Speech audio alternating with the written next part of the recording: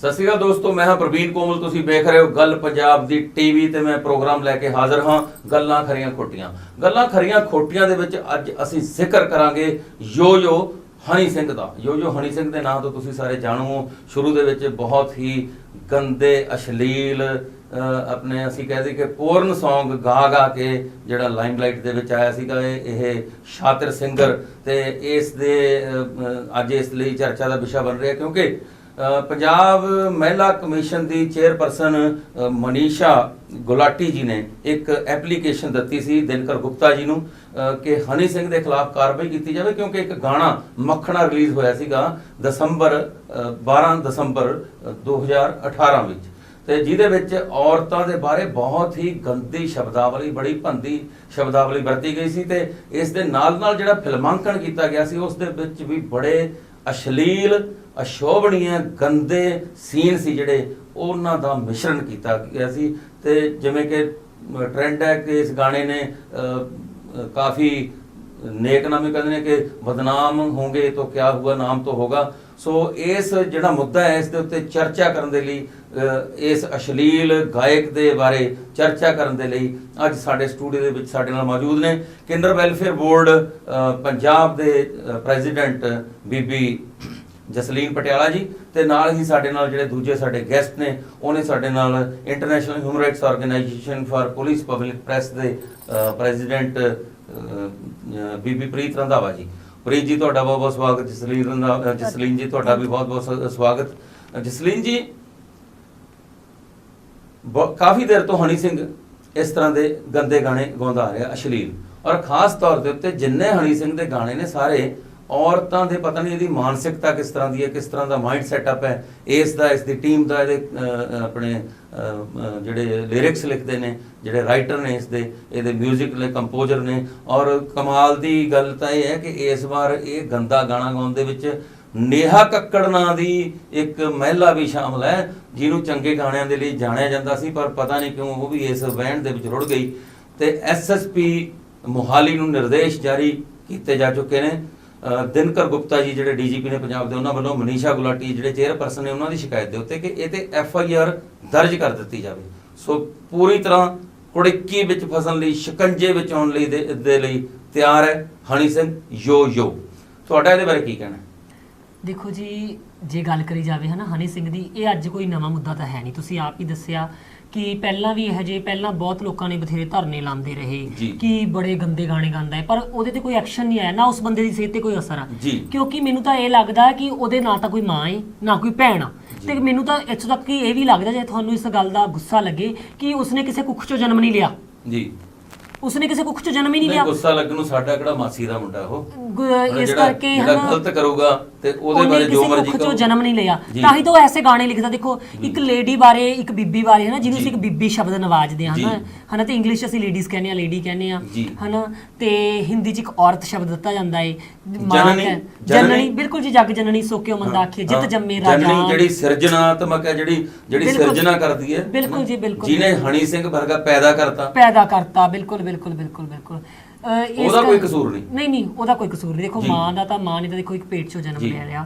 ਉਹਦਾ ਬੱਚਾ ਕੈਸਾ ਵੀ ਨਿਕਲ ਸਕਦਾ ਇਸ ਵਿੱਚ ਉਹਦਾ ਕੋਈ ਕਸੂਰ ਨਹੀਂ। ਮਾਂ ਦਾ ਚਾਹੇ ਚੋਰ ਦੀ ਹੋਵੇ ਦੋਸਤੋ ਡਾਕੂ ਦੀ ਹੋਵੇ ਲੁੱਚੇ ਦੀ ਹੋਵੇ ਲਫੰਗੇ ਦੀ ਹੋਵੇ ਬਲਾਤਕਾਰੀ ਦੀ ਹੋਵੇ ਤੇ ਉਹ ਕਦੇ ਵੀ ਜਦੋਂ ਪੈਦਾ ਹੁੰਦਾ ਬੱਚਾ ਉਹਦੇ ਮਨ ਵਿੱਚ ਬੜੀਆਂ ਉਮੰਗਾਂ ਹੁੰਦੀਆਂ ਨੇ ਕਿ ਜਿਹੜਾ ਬੱਚਾ ਪੈਦਾ ਹੋਇਆ ਇਹਨੂੰ ਵੱਡਾ ਹੋ ਕੇ ਕੀ ਬਣਾਵਾਂਗੀ ਕੀ ਉਹਦੇ ਸੁਪਨੇ ਹੁੰਦੇ ਨੇ। ਸੋ ਮਾਂ ਦਾ ਇੱਕ ਨੇਕ ਇਰਾਦਾ ਹੁੰਦਾ ਪਰ ਇਹੀ ਜਿਹੜੀ ਅਸੀਂ ਕਹਿੰਦੇ ਨੇ ਕਬੀਲ ਔਲਾਦ ਜਿਹੜੀ ਪੈਦਾ ਹੋ ਜਾਂਦੀ ਹੈ ਫਿਰ ਉਹਦੇ ਬਾਰੇ ਮਾਂ ਨੂੰ ਦੋਸ਼ ਨਹੀਂ ਦਿੱਤਾ ਜਾ ਸਕਦਾ। देखो जी हजे हनी सिंह वाली गल बचाले है ना एक विद्वान ने ना लिखिया कि औरत है जिहड़ी ना भी वो वधिया नहीं है जी मतलब भैड़ी आ कह लो गंदी कह लो है ना या माड़ी कह लो जी तो उहदा एक औरत ने जवाब दिता जी कहंदी सब तो वड्डी गलती ये हुई भी तेरे जिहे नूं मैं जन्म देता जी इस करके मैं माड़ी होई ना इस करके माड़ी होई जे मैं तेनू ना जन्म दिंदी तां मैं चंगी हुंदी। बहुत बड़ी गल है बहुत बड़ी गल है। उन्हें 9 महीने पेट च रखिया एक बच्चे नूं ना इस करके वो माड़ी होई जी ਇਸ ਕਰਕੇ ਰਹੀ ਗੱਲ ਹਨੀ ਸਿੰਘ ਦੀ, ਹਨੀ ਸਿੰਘ ਬਾਰੇ ਤਾਂ ਜੀ ਅਸੀਂ ਕੁਝ ਕਹਿ ਹੀ ਨਹੀਂ ਸਕਦੇ ਕਿਉਂਕਿ ਐਡਾ ਕੁ ਗੰਦਾ ਇਨਸਾਨ ਆ ਉਹ, ਉਹਦੀ ਸਾਡੀ ਤਾਂ ਜ਼ਬਾਨ ਗੰਦੀ ਹੁੰਦੀ ਆ। ਜਿਹੜੇ ਬੰਦੇ ਨੂੰ ਪਤਾ ਹੀ ਨਹੀਂ ਵੀ ਉਹ ਕੀ ਗਾ ਰਿਹਾ, ਕਿਵੇਂ ਗਾ ਰਿਹਾ, ਕੀ ਉਹਦਾ ਸਾਈਡ ਇਫੈਕਟਸ ਹੋਣੇ ਨੇ, ਕੀ ਸਾਡੀ ਦੇਖੋ ਹੁਣ ਤੁਸੀਂ ਕਹਿ ਰਹੇ ਹੋ ਉਹਨਾਂ ਦਾ ਇੱਕ ਗਾਣਾ ਆਇਆ ਹਨਾ, ਇਹ ਤੋਂ ਪਹਿਲਾਂ ਵੀ ਉਹਨੇ ਕਿੰਨੇ ਗੰਦੇ ਗੰਦੇ ਗਾਣੇ ਕੱਢੇ। ਉੱਥੇ ਹੀ ਅਸੀਂ ਇੱਕ ਭੈਣ ਬੈਠੀ ਆ, ਉੱਥੇ ਇੱਕ ਮਾਂ ਬੈਠੀ ਆ, ਉੱਥੇ ਹੀ ਕੋ ਬੈਠੀ ਆ ਨਾ। ਹਨੀ ਸਿੰਘ ਦੀ ਗੱਲ ਤਾਂ ਛੱਡੋ, ਹੋਰ ਵੀ ਗਾਇਕ ਜਿਹੜੇ ਤੁਸੀਂ ਕਹਿ ਰਹੇ ਹੋ ਨਾ ਕਿ ਗੰਦੇ ਗਾਣੇ ਉਸਨੇ ਪਹਿਲਾਂ ਵੀ ਗਾਏ ਨੇ। ਹਾਂਜੀ ਇਹ ਤੁਹਾਡੀ ਗੱਲ ਬਿਲਕੁਲ ਠੀਕ ਹੈ। ਪ੍ਰੀਤ ਜੀ ਤੁਹਾਨੂੰ ਦੱਸ ਦਈਏ ਕਿ 31 ਦਸੰਬਰ, ਦੋਸਤੋ ਤੁਹਾਡੀ ਜਾਣਕਾਰੀ ਲਈ ਦੱਸਣਾ ਬਹੁਤ ਜ਼ਰੂਰੀ ਹੈ, 31 ਦਸੰਬਰ 2012 ਨੂੰ ਉੱਤਰ ਪ੍ਰਦੇਸ਼ ਦੇ ਵਿੱਚ IPS ਅਫਸਰ ਸੀਗੇ ਅਮਿਤਾਭ ਠਾਕੁਰ, ਉਹਨਾਂ ਨੇ ਹਨੀ ਸਿੰਘ ਦੇ ਉੱਤੇ ਥਾਣਾ ਗੋਮਤੀ ਨਗਰ ਦੇ ਵਿੱਚ FIR ਦਰਜ ਇਸ ਲਈ ਕਰਵਾਈ ਸੀ ਕਿਉਂਕਿ ਉਹਨਾਂ ਨੇ ਜਦੋਂ ਖੁਦ ਵੇਖਿਆ ਕਿ ਇਸ ਵਿਅਕਤੀ ਵੱਲੋਂ ਔਰਤਾਂ ਦੀ, ਮਹਿਲਾਵਾਂ ਦੀ ਸਤਿਕਾਰਯੋਗ ਸਾਡੀ ਜਿਹੜੀਆਂ ਮਾਵਾਂ ਭੈਣਾਂ ਨੇ, ਧੀਆਂ ਨੇ, ਉਹਨਾਂ ਦੀ ਸ਼ਬਦਾਵਲੀ ਉਹਨਾਂ ਦੇ ਬਾਰੇ ਬਹੁਤ ਗੰਦੀ ਔਰ ਜਾਤੀ ਪ੍ਰਤੀ ਵਰਤੀ ਜਾ ਰਹੀ ਹੈ। ਉਸ ਤੋਂ ਬਾਅਦ ਉਹਨਾਂ ਨੇ ਆਪ ਨਿੱਜੀ ਤੌਰ ਦੇ ਉੱਤੇ ਪਰਚਾ ਦਰਜ ਕਰਵਾਇਆ ਸੀ, ਉਹ ਵੀ ਪੈਂਡਿੰਗ ਹੈ। ਬਿਲਕੁਲ ਬਿਲकुल ਸਹੀ ਗੱਲ ਹੈ। ਜਿਹੜਾ ਪਰਚਾ ਦਰਜ ਕਰਵਾਇਆ ਸੀ ਇੱਕ ਅਫਸਰ ਨੇ ਸੋਚ ਕੇ ਕਰਾਇਆ ਸੀ ਕਿਉਂਕਿ ਜਿਹੜੇ ਇਹਨਾਂ ਦੀ ਗੱਲ ਬਿਲਕੁਲ ਸਹੀ ਹੈ, ਆਪਣੇ ਨਾਲ ਬੈਠੇ ਹੋਏ ਨੇ ਤੇ ਇਹਨਾਂ ਨੇ ਕਿਹਾ ਕਿ ਜਿਹੜੇ ਪਰਿਵਾਰ ਦੇ ਵਿੱਚ ਬੈਠ ਕੇ ਅਸੀਂ ਗਾਣੇ ਸੁਣਦੇ ਸੀ, ਪਹਿਲਾਂ ਵੀ ਗਾਣੇ ਚੱਲਦੇ ਸੀ, ਫਿਲਮਾਂ ਆਉਂਦੀਆਂ ਸੀ, ਗਾਣੇ ਚੱਲਦੇ ਸੀ, ਅਸੀਂ ਪਰਿਵਾਰ ਦੇ ਵਿੱਚ ਭੈਣਾਂ ਵੀ ਬੈਠਦੀਆਂ, ਮਾਮਾ ਵੀ ਬੈਠਦੇ ਸੀ, ਚਾਚੇ ਤਾਏ ਦੀਆਂ ਧੀਆਂ ਵੀ ਬੈਠਦੀਆਂ, ਸਾਰੇ ਸਾਂਝਾ ਪਰਿਵਾਰ ਹੁੰਦਾ ਸੀ, ਬੈਠ ਕੇ ਅਸੀਂ ਗਾਣੇ ਨੂੰ ਦੇਖ ਸਕਦੇ ਸੀ, ਫਿਲਮਾਂ ਨੂੰ ਦੇਖ ਸਕਦੇ ਸੀ। ਲੇਕਿਨ ਅੱਜ ਕੱਲ੍ਹ ਦਾ ਇੱਦਾਂ ਦਾ ਮਾਹੌਲ ਇਹੋ ਜਿਹਾ ਕਿ ਅੱਖਾਂ ਨੂੰ ਨੀਵੀਂ ਪਾਣੀ ਪੈਂਦੀ, ਸ਼ਰਮ ਹੋ ਜਾਂਦੀ ਹੈ ਕਿ ਆਪਾਂ ਕਿਵੇਂ ਦੇਖੀਏ, ਕਿਸੇ ਨੂੰ ਕਿਵੇਂ ਫੇਸ ਕਰਾਂਗੇ ਆਪਾਂ। ਇਹੋ ਜਿਹੇ ਸ਼ਬਦ, ਇਹੋ ਜਿਹੇ ਕੱਪੜੇ, ਵੈਸਟਰਨ ਸਾਰਾ ਕੁਝ ਮਤਲਬ ਕਿ ਕਲਚਰ, ਆਪਣਾ ਪੰਜਾਬ ਦਾ ਕਲਚਰ ਕਿੱਥੇ ਗਿਆ? ਤੁਹਾਡੀ ਗੱਲ ਬਹੁਤ ਵੱਡੀ ਹੈ। ਹੋਰ ਅੱਜ ਕੱਲ ਮਾਵਾਂ ਭੈਣਾਂ ਦੇ ਨਾਲ ਬੈਠ ਕੇ ਤੁਸੀਂ ਖਬਰਾਂ ਵੀ ਨਹੀਂ ਦੇਖ ਸਕਦੇ। ਗਾਣੇ ਦਾ ਛੱਡੋ, ਸਾਡਾ ਮੀਡੀਆ ਇਸ ਤਰ੍ਹਾਂ ਦਾ ਮਤਲਬ ਨਿਗਾਰ ਦੇ ਵਿੱਚ ਆ ਚੁੱਕੀ ਹੈ। ਤੁਹਾਡੀ ਗੱਲ ਬਿਲਕੁਲ ਠੀਕ ਹੈ ਜੀ। ਇਹ ਕਾਰਨ ਕੀ ਹੈ? ਕਿਉਂਕਿ ਸਾਡੀ ਪਬਲਿਕ ਜਿਹੜੀ ਜਨਤਾ ਹੈ ਇਹ ਬੜਾਵਾ ਦਿੰਦੀ ਹੈ, ਇਹ ਚੀਜ਼ਾਂ ਦੀ ਡਿਮਾਂਡ ਕਰਦੀ ਹੈ। ਇਹ ਚੀਜ਼ਾਂ ਦੀ ਡਿਮਾਂਡ ਨਹੀਂ ਕਰੇਗੀ ਤੇ ਬੜਾਵਾ ਨਹੀਂ ਦੇਗੀ ਤਾਂ ਕੋਈ ਵੀ ਚੀਜ਼ ਪਪੂਲਰ ਨਹੀਂ ਹੁੰਦੀ ਹੈ। ਬਿਲਕੁਲ ਠੀਕ ਹੈ। ਦੇਖੋ ਪਹਿਲਾਂ ਗਾਣੇ ਪੁਰਾਣੇ ਆਉਂਦੇ ਹੁੰਦੇ ਸੀ ਨਾ, ਇੱਕ ਗਾਣਾ ਸੀਗਾ, ਦੇਖੋ ਮੈਂ ਤੁਹਾਨੂੰ ਸੁਣਾਨੀ ਆ, ਕਹਿੰਦੇ ਮੱਛਰਦਾਨੀ ਲੈ ਦੇਵੇ ਮੱਛਰ ਨੇ ਖਾਲੀ ਤੋੜ ਕੇ ਜੀ। ਹਸਬੈਂਡ ਵਾਈਫ ਦਾ ਇੱਕ ਵਿੱਚ ਪਿਆਰ ਝਲਕਦਾ ਸੀ ਤੇ ਦੂਜਾ ਚ ਗਰੀਬੀ ਪ੍ਰਗਟ ਕਰੀ ਗਈ ਵੀ ਮੈਂ ਤਾਂ ਮੱਛਰ ਨੇ ਖਾਲੀ ਤੋੜ ਕੇ ਮੈਂ ਮੱਛਰਦਾਨੀ ਲੈ ਦੇ। ਇੱਕ ਮੱਛਰਦਾਨੀ ਲੈਣ ਦੇ ਵੀ ਪੈਸੇ ਨਹੀਂ ਉਦੋਂ ਹੁੰਦੇ ਸੀ। ਬਿਲਕੁਲ, ਉਸ ਟਾਈਮ ਇੱਕ ਪਿਆਰ ਤੇ ਇੱਕ ਗਰੀਬੀ ਝਲਕੀ ਜੀ ਵੀ ਮੱਛਰਦਾਨੀ ਲੈ ਦੇ ਮੱਛਰ ਨੇ ਖਾਲੀ ਤੋੜ ਕੇ। ਗਾਣੇ ਦਾ ਮਤਲਬ ਹੁੰਦਾ ਸੀ ਬਿਲਕੁਲ। ਉਹ ਕਹਿੰਦੇ ਆਰਾਮ ਨਾਲ ਸੌ ਜਾਣੀ ਚਾਦਰ ਦਾ ਪੱਲਾ ਮੋੜ ਕੇ, ਸਟੋਰੀ ਬੇਸਡ। ਬਿਲਕੁਲ ਬਿਲਕੁਲ। ਦੇਖੋ ਕਿੰਨਾ ਸੋਹਣਾ ਗਾਣਾ, ਜਿਵੇਂ ਆਪਣੀ ਭੈਣ ਨਾਲ ਬੈਠ ਕੇ ਸੁਣਾ ਕਿੰਨਾ ਵਧੀਆ ਲੱਗਦਾ। ਮੱਛਰ ਪਰ ਜੇ ਤੁਸੀਂ ਅੱਜ ਕੱਲ ਦੇ ਗਾਣੇ ਦੇਖ ਸਕਦੇ ਹੋ ਕਿ ਬੈਡਰੂਮ ਸੀਨ ਦਿਖਾਇਆ ਜਾਂਦਾ ਹੈ। ਬਿਲਕੁਲ, ਇੱਥੋਂ ਤੱਕ ਕਿ ਦੇਖੋ ਬੱਬੂ ਮਾਨ ਦਾ ਗਾਣਾ ਆਇਆ ਹੋਇਆ ਸੀ ਪਿੱਛੇ ਜੇ, ਕਹਿੰਦੇ ਮਿਲਣਾ ਹੋਵੇ ਜੇ ਪਹਿਲੀ ਵਾਰ, ਜੇ ਕੁੜੀ ਨੂੰ ਸੇਫ ਜਗ੍ਹਾ ਨਹੀਂ ਕਮਾਦ ਵਰਗੀ, ਜੇ ਉਹਨੂੰ ਪੁੱਛੇ ਵੀ ਤੂੰ ਆਪਣੀ ਭੈਣ ਨੂੰ ਕਮਾਦ ਚ ਲੈ ਜਾਏਗਾ, ਤੂੰ ਦਿਖਾਇਆ ਆਪਣੀ ਭੈਣ ਨੂੰ ਕਦੇ ਕਮਾਦ ਵੀ ਕਮਾਦ ਕੀ ਚੀਜ਼ ਆ? ਤੂੰ ਆਪਣੀ ਮਾਂ ਨੂੰ ਦਿਖਾਈ ਆ ਕਦੇ ਗੱਲ ਵੀ ਕਮਾਦ ਕੀ ਚੀਜ਼ ਆ? ਪਤਾ ਤਾਂ ਲੱਗੇ ਨਾ ਵੀ ਕਮਾਦ ਕਿਹਨੂੰ ਕਹਿੰਦੇ ਨੇ। ਗੰਨੇ ਦੀ ਫਸਲ ਨੂੰ ਕਿਹਾ ਜਾਂਦਾ, ਜਿੱਥੇ ਬੰਦਾ ਖੜਾ ਨਹੀਂ ਦਿਖਦਾ ਹੈਗਾ, ਉੱਥੇ ਕਾਹਦੇ ਵਾਸਤੇ ਕੁੜੀ ਨੂੰ ਲੈ ਕੇ ਜਾਣਾ ਪਹਿਲੀ ਵਾਰ? ਵੀ ਤੂੰ ਆਪਣੀ ਭੈਣ ਨੂੰ ਲਿਜਾ ਸਕਦਾ ਕਮਾਦ 'ਚ? ਬਹੁਤ ਸ਼ਰਮਿੰਦਗੀ ਵਾਲੀ ਗੱਲ ਹੈ। ਮੈਂ ਕਹਿੰਦੀ ਮੈਨੂੰ ਖੁਦ ਨੂੰ ਸ਼ਰਮ ਆਉਂਦੀ ਹੈ ਵੀ ਅਸੀਂ ਇਸ ਗੰਦੇ ਟੌਪਿਕ ਤੇ ਚਰਚਾ ਕਰ ਰਹੇ ਹਾਂ ਅੱਜ। ਔਰ ਇਹ ਜੇ ਬੰਦਿਆਂ ਦੇ ਛਿੱਤਰ ਪੈਣੇ ਚਾਹੀਦੇ, ਜਿੰਨੇ ਬੱਬੂ ਮਾਨ ਕੋਈ ਹੋਵੇ ਜਾਂ ਚਾਹੇ ਤੁਹਾਡਾ ਸਿੱਧੂ ਮੂਸੇਵਾਲਾ ਇੱਕ ਸਰਦਾਰ ਮੁੰਡਾ ਹੈ ਨਾ, ਸਿੱਧੂ ਮੂਸੇਵਾਲਾ ਇੱਕ ਗਾਣਾ ਉਹਦਾ ਆਇਆ ਪਿੱਛੇ ਜੇ, ਚੌੜਾ ਵੀ ਇਹ ਕੀ ਲੈਂਗੁਏਜ ਆ? ਤੂੰ ਆਪਣੀ ਮਾਂ ਸਾਹਮਣੇ, ਹੁਣ ਤਾਂ ਤੂੰ ਕਹਿਣਾ ਠੀਕ ਆ ਤੇਰੀ ਮਾਂ ਸਰਪੰਚ ਬਣੀ, ਤੂੰ ਆਪਣੀ ਮਾਂ ਨੂੰ ਕਹਿਣਾ ਵੀ ਮੇਰੀ ਮਾਂ ਕਹਿੰਦੀ ਆ ਵੀ ਚਾਹੇ ਮੈਂ ਕਿਸੇ ਨੂੰ ਸੋਹਣਾ ਲੱਗਿਆ ਨਾ ਲੱਗਾ ਪਰ ਮੇਰੀ ਮਾਂ ਕਹਿੰਦੀ ਆ ਵੀ ਤੂੰ ਬਹੁਤ ਸੋਹਣਾ। ਉਹ ਸੱਚੀ ਗੱਲ ਆ। ਦੇਖੋ ਜੀ ਮੈਂ ਅੱਜ ਇੱਕ ਕਿੰਨਰ ਆ, ਮੇਰੀ ਮਾਂ ਕਹੂਗੀ ਵੀ ਮੇਰੇ ਬੱਚਾ ਕਿੰਨਾ ਬੇਸ਼ੱਕ ਬਹੁਤ ਸੋਹਣਾ ਹੈ, ਠੀਕ ਹੈ ਜੀ। ਇਹ ਬੈਠੇ ਨੇ, ਤੁਸੀਂ ਬੈਠੇ ਹੋ, ਚਾਹੇ ਕੋਈ ਵੀ, ਚਾਹੇ ਮੈਂ ਕਹਿੰਦੀ ਜੀ ਤੁਸੀਂ ਸਭ ਤੋਂ ਦੁਨੀਆ ਦੀ ਭੈੜੀ ਸ਼ਕਲ ਵਾਲਾ ਇੱਕ ਬੱਚਾ ਲਿਆਓ, ਉਹਦੀ ਮਾਂ ਕਹੂਗੀ ਵੀ ਹਾਂ, ਕਿਉਂਕਿ ਮਾਂ ਨੇ ਉਸਨੂੰ 9 ਮਹੀਨੇ ਪੇਟ 'ਚ ਰੱਖਿਆ ਹੁੰਦਾ ਹੈ। ਉਹਦੇ ਨਾਲ ਇੱਕ ਪਿਓ ਦਾ ਰਿਸ਼ਤਾ ਮਾਂ ਨਾਲ, ਮਾਂ ਦੇ ਨਾਲ ਬੱਚੇ ਦਾ ਰਿਸ਼ਤਾ ਪਿਓ ਨਾਲੋਂ ਜ਼ਿਆਦਾ ਹੁੰਦਾ ਹੈ ਜੀ, ਕਿਉਂਕਿ ਮਾਂ ਨੇ ਉਸ ਨੂੰ ਪਹਿਲੇ ਦਿਨ ਤੋਂ ਹੀ ਫੀਲ ਕਰ ਲਿਆ ਹੁੰਦਾ ਹੈ। ਜਿਸ ਦਿਨ ਤੋਂ ਬੱਚਾ ਮਾਂ ਦੇ ਗਰਭ 'ਚ ਠਹਿਰ ਗਿਆ, ਮਾਂ ਉਸ ਦਿਨ ਤੋਂ ਉਹਨੂੰ ਰਿਅਲਾਈਜ਼ ਕਰਨਾ, ਮਹਿਸੂਸ ਕਰਨ ਲੱਗ ਜਾਂਦੀ ਆ ਵੀ ਪੌੜੀ ਨਹੀਂ ਚੜਨਾ, ਅੰਦਰ ਛੋਟਾ ਜਿਹਾ ਗੱਗੂ ਆ ਮੇਰਾ, ਗੱਗੂ ਦਾ ਧਿਆਨ ਰੱਖਣਾ, ਪਸੀਨਾ ਆ ਰਿਹਾ, ਮਾਂ ਫੀਲ ਕਰ ਲੱਗਦੀ ਆ। ਪਿਓ ਨੂੰ ਤਾਂ ਉਸ ਟਾਈਮ ਪਤਾ ਲੱਗਦਾ ਨਾ 9 ਮਹੀਨੇ ਬਾਅਦ ਜਦੋਂ ਬੱਚਾ ਜਨਮ ਲੈ ਲੈਂਦਾ ਹੈ।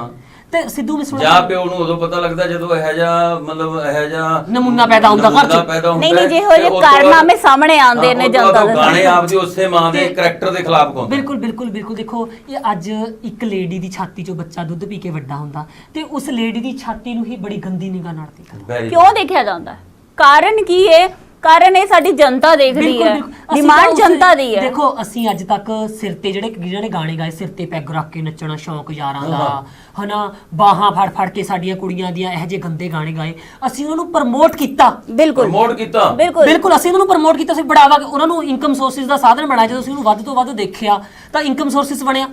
ਬਿਲਕੁਲ ਇਸ ਗੱਲ ਦੀ ਹੈ ਕਿ ਉਹਨਾਂ ਨੂੰ ਹੋਰ ਮੌਕਾ ਮਿਲ ਗਿਆ। ਅਸੀਂ ਜਦੋਂ ਡੀਜੇ ਦੇ ਉੱਤੇ ਜੇ ਗਾਣੇ ਤੇ ਨੱਚਦੇ ਆ ਤਾਂ ਅਸੀਂ ਉਹਦੇ ਗਾਣੇ ਦੇ ਬੋਲਾਂ ਵੱਲ ਧਿਆਨ ਨਹੀਂ ਦਿੰਦੇ, ਸਾਡਾ ਧਿਆਨ ਸਿਰਫ ਉਹਦੇ ਉੱਤੇ ਹੁੰਦਾ। ਹੁਣ ਭੈਣ ਭਰਾ ਦਾ ਹੱਥ ਫੜ ਕੇ ਨੱਚ ਰਹੀ ਹੁੰਦੀ ਹੈ, ਗਾਣਾ ਚੱਲ ਰਿਹਾ ਹੁੰਦਾ, ਤੂੰ ਨਹੀਂ ਬੋਲਦੀ ਰਕਾਨੇ, ਤੂੰ ਨਹੀਂ ਬੋਲਦੀ, ਤੇਰੇ ਚ ਤੇਰਾ ਯਾਰ ਬੋਲਦਾ। ਯਾਨੀ ਕਿ ਭੈਣ ਭਰਾ ਦਾ ਰਿਸ਼ਤਾ ਵੀ ਉੱਥੇ ਮਾਇਨੇ ਨਹੀਂ ਰੱਖਦਾ। ਇਹ ਗਾਣੇ ਇਹੋ ਜਿਹੇ ਅਸ਼ਲੀਲ ਸ਼ਬਦਾਵਲੀ ਵਾਲੇ ਹੁੰਦੇ ਨੇ ਕਿ ਆਪਣੇ ਪਰਿਵਾਰ ਦੇ ਵਿੱਚ ਅਸੀਂ ਬੈਠ ਕੇ ਨੱਚਣਾ ਟੱਪਣਾ ਵੀ ਕੋਈ ਸਗਨਾ ਦਾ ਕੰਮ ਨਹੀਂ ਕਰ ਸਕਦੇ। ਦੇਖੋ ਹਰੇਕ ਗਾਣਾ ਨਾ, ਪਤਾ ਨਹੀਂ ਕਿਉਂ ਤੁਸੀਂ ਕੋਈ ਵੀ ਗਾਣਾ ਕੱਢ ਲਓ ਨੈਟ ਤੋਂ, YouTube ਤੋਂ, ਹਰੇਕ ਗਾਣਾ ਇੱਕ ਬੀਬੀ ਇੱਕ ਲੇਡੀ ਤੇ ਕਿਉਂ ਲਿਖਿਆ ਜਾਂਦਾ? ਉਹ ਹਰੇਕ ਗਾਣੇ 'ਚ ਉਹਨੂੰ ਇੱਕ ਗਾਣੇ ਟੋਟਾ ਕਿਹਾ ਜਾਂਦਾ ਹੈ, ਕਦੀ ਉਹਨੂੰ ਪਟੋਲਾ ਕਿਹਾ ਜਾਂਦਾ ਹੈ, ਕਦੀ ਕੁਝ ਹੋਰ ਪੁਰਜਾ ਕਿਹਾ ਜਾਂਦਾ ਹੈ। ਕਿਉਂ ਕਿਹਾ ਜਾਂਦਾ ਹੈ ਕਿ ਜਿਹੜੀ ਜਗ ਜਨਨੀ ਹੈ, ਜਿਹੜੀ ਇੱਕ ਜਨਨੀ ਹੈ, ਉਸ ਨੂੰ ਇਹ ਗੱਲਾਂ ਕਿਉਂ ਕਹੀਆਂ ਜਾਂਦੀਆਂ ਕਿ ਉਹ ਕਿਸੇ ਘਰ ਦੀ ਧੀ ਨਹੀਂ ਹੈ, ਉਹ ਕਿਸੇ ਘਰ ਦੀ ਮਾਂ ਨਹੀਂ ਹੈ, ਜਾਂ ਕਿਸੇ ਘਰ ਦੀ ਭੈਣ ਨਹੀਂ ਹੈ? ਕਿਉਂ ਕਿਹਾ ਜਾਂਦਾ ਹੈ ਇਸ ਗੱਲ ਨੂੰ? ਇਹਨਾਂ ਗੱਲਾਂ ਦਾ ਅਸੀਂ ਜਵਾਬ ਆਪਾਂ ਜਨਤਾ ਕੋਲ ਹੀ ਪੁੱਛਾਂਗੇ ਕਿ ਜਨਤਾ ਕੀ ਕਹਿਣਾ ਚਾਹੁੰਦੀ ਹੈ ਇਹਨਾਂ ਗੱਲਾਂ ਬਾਰੇ। ਬਿਲਕੁਲ ਦੋਸਤੋ, ਦੇਰ ਆਏ ਦਰੁਸਤ ਆਏ ਦੇ ਮੁਤਾਬਕ ਜੇ ਅਸੀਂ ਗੱਲ ਕਰੀਏ ਕਿ ਮਨੀਸ਼ਾ ਗੁਲਾਟੀ ਜੀ ਜਿਹੜੇ ਕਿ ਚੇਅਰਪਰਸਨ ਨੇ ਪੰਜਾਬ ਰਾਜ ਮਹਿਲਾ ਕਮਿਸ਼ਨ ਦੇ, ਤੇ ਦੂਜੇ ਪਾਸੇ director general police Dinkar Gupta ji ਨੇ, ਇਹਨਾਂ ਨੇ ਸੰਗਿਆਨ ਲੱਤਾ, ਚਾਹੇ ਲੇਟ ਲੱਤਾ, ਪਰ ਕੋਈ ਗੱਲ ਨਹੀਂ। ਇਸ ਤਰ੍ਹਾਂ ਦੇ ਜਿਹੜੇ ਮੈਸੇਜ ਮਿਲਣੇ ਚਾਹੀਦੇ ਨੇ, ਇਸ ਤਰ੍ਹਾਂ ਦੀ FIR ਹੋਣੀ ਚਾਹੀਦੀ ਹੈ। ਤੇ ਜਿਹੜੇ ਲੋਕ ਨੇ, ਜਿਹੜੇ ਜਨਤਾ ਹੈ, ਜਨਤਾ ਬਹੁਤ ਵੱਡੀ ਚੀਜ਼ ਹੁੰਦੀ ਹੈ, ਜਨਤਾ ਦੀ ਆਵਾਜ਼। ਜੇ ਜਨਤਾ ਡਟ ਕੇ ਖੜੀ ਹੋ ਜਾਵੇ ਕਿ ਅਸੀਂ ਇਸ ਕੁਰੀਤੀ ਦਾ ਖਾਤਮਾ ਕਰਕੇ ਹਟਾਂਗੇ ਤਾਂ ਏਡੀ ਵੱਡੀ ਕੋਈ ਗੱਲ ਨਹੀਂ। ਤੇ ਇੱਕ ਨਜ਼ਰ ਮਾਰੀਏ ਆਪਾਂ, ਇੱਕ ਜਰਾ ਇਹ ਕਲਿੱਪ ਦੇਖੀਏ ਜਿਹੜਾ ਇਹਨੇ ਹਨੀ ਸਿੰਘ ਨੇ ਗਾਣਾ ਮੱਖਣਾ ਗਾਇਆ। ਆਓ ਜੀ ਦੇਖੀਏ। पर मैं हूँ वुमेनाइजर, मुझे अकेले में मत मिल। सिलिकॉन वाली लड़की को मैं पकड़ता नहीं, ब्राउन गर्ल से मेरा दिल भरता नहीं, गोरी गोरी स्किन के लिए मैं मरता नहीं क्योंकि मैं हूँ शेर। ਸੋ ਵੇਖ ਲਿਆ ਜੀ ਇਹਦੀ ਸ਼ਬਦਾਵਲੀ। ਦੇਖੋ ਅਸੀਂ ਇਹ ਜਿਹੜੀ ਬੇहद ਇਤਰਾਜ਼ਯੋਗ ਸ਼ਬਦਾਵਲੀ ਮੱਖਣਾ ਗਾਣੇ ਦੇ ਵਿੱਚ ਇਸਤੇਮਾਲ ਕੀਤੀ, ਇਹਦੇ ਵੱਲ ਨਜ਼ਰ ਮਾਰੀਏ। ਇਹਦੇ ਵਿੱਚ ਹਨੀ ਸਿੰਘ ਕਹਿ ਰਿਹਾ ਕਿ ਮੈਂ ਔਰਤ ਖੋਰ ਹਾਂ, ਮੈਨੂੰ ਕੱਲੇ ਨੂੰ ਨਾ ਮਿਲ, ਸਿਲੀਕੋਨ ਵਾਲੀ ਕੁੜੀ ਨੂੰ ਮੈਂ ਫੜਦਾ ਨਹੀਂ, ਭੂਰੀ ਕੁੜੀ ਤੋਂ ਮੇਰਾ ਦਿਲ ਭਰਦਾ ਨਹੀਂ, ਕਿਉਂਕਿ ਮੈਂ ਹਾਂ ਸ਼ੇਰ, ਲੱਖ ਲਾਣ ਤੇ ਡੁੱਬ ਕੇ ਮਰ ਜਾ ਹੈ ਜਾਂ ਸ਼ੇਰਾ। ਮੈਂ ਹਾਂ ਇੱਕ ਸ਼ੇਰ, ਮੇਰਾ ਮਨ ਭਰਦਾ ਨਹੀਂ, ਤੂੰ ਇਹ ਪਤਲੀ ਜੀ ਨਾਰੀ ਤੇ ਮੇਰਾ ਵੇਟ ਹੋ ਗਿਆ ਹੈ ਥੋੜਾ ਭਾਰੀ, ਤੇ ਤੂੰ ਇਹ ਜਾਣਦੀ ਮੈਂ ਹਾਂ ਸ਼ਿਕਾਰੀ, ਤੇ ਇਹਨੂੰ ਸ਼ਰਮ ਨਹੀਂ ਆਉਂਦੀ, ਇਹਦੇ ਭੈਣਾ ਮਾਮਾ ਵੀ ਹੋਣਗੀਆਂ, ਤੇ ਕਹਿੰਦਾ ਮੈਂ ਹਾਂ ਸ਼ਿਕਾਰੀ ਤੇ ਮੈਂ ਤੈਨੂੰ ਖਾ ਜਾਊਂਗਾ ਸਾਰੀ ਦੀ ਸਾਰੀ। ਇਹ ਬਹੁਤ ਹੀ ਸ਼ਰਮਨਾਕ ਗੱਲਾਂ ਲਿਖੀਆਂ ਹੋ ਗਈਆਂ। ਅਤੇ ਅੱਗੇ ਚੱਲ ਕੇ ਗਾਣੇ ਵਿੱਚ ਕੁੜੀ ਨੂੰ ਕਹਿੰਦਾ ਕਿ ਤੇਰੇ ਪਿੱਛੇ ਮੁੰਡੇ ਲੱਗੇ ਹੋਏ ਨੇ ਕਿਉਂਕਿ ਤੂੰ CNG ਗੈਸ ਤੋਂ ਵੀ ਸਸਤੀ ਹੈ। पतली कमर तेरी OMG, तेरी लाइफ में देना चाहता हूँ मैं दखल, टाइट जीन्स है DNG, मेरी एक्स से मिलती है तेरी शक्ल, मेरे लंबे सबर का तू है फल, तेरे पीछे लगे आशिक सारे चीप लाइक CNG। ਯਾਨੀ ਕਿ ਇੱਕ ਗੈਸ ਨਾਲ ਤੁਲਨਾ ਕਰ ਦਿੱਤੀ ਹੈ ਜੀ। ਸਭ ਤੋਂ ਘਟੀਆ ਗੱਲ ਕੀਤੀ ਗਈ ਹੈ। ਤੇ ਇਸ ਤੇ ਐਕਸ਼ਨ ਹਜੇ ਤੱਕ ਜਿਹੜਾ ਲਿਆ FIR ਹੋਈ ਹੈ, ਉਸਦੇ ਬਾਵਜੂਦ ਹਜੇ ਕਾਰਵਾਈ ਕਿਉਂ ਨਹੀਂ ਹੋਈ?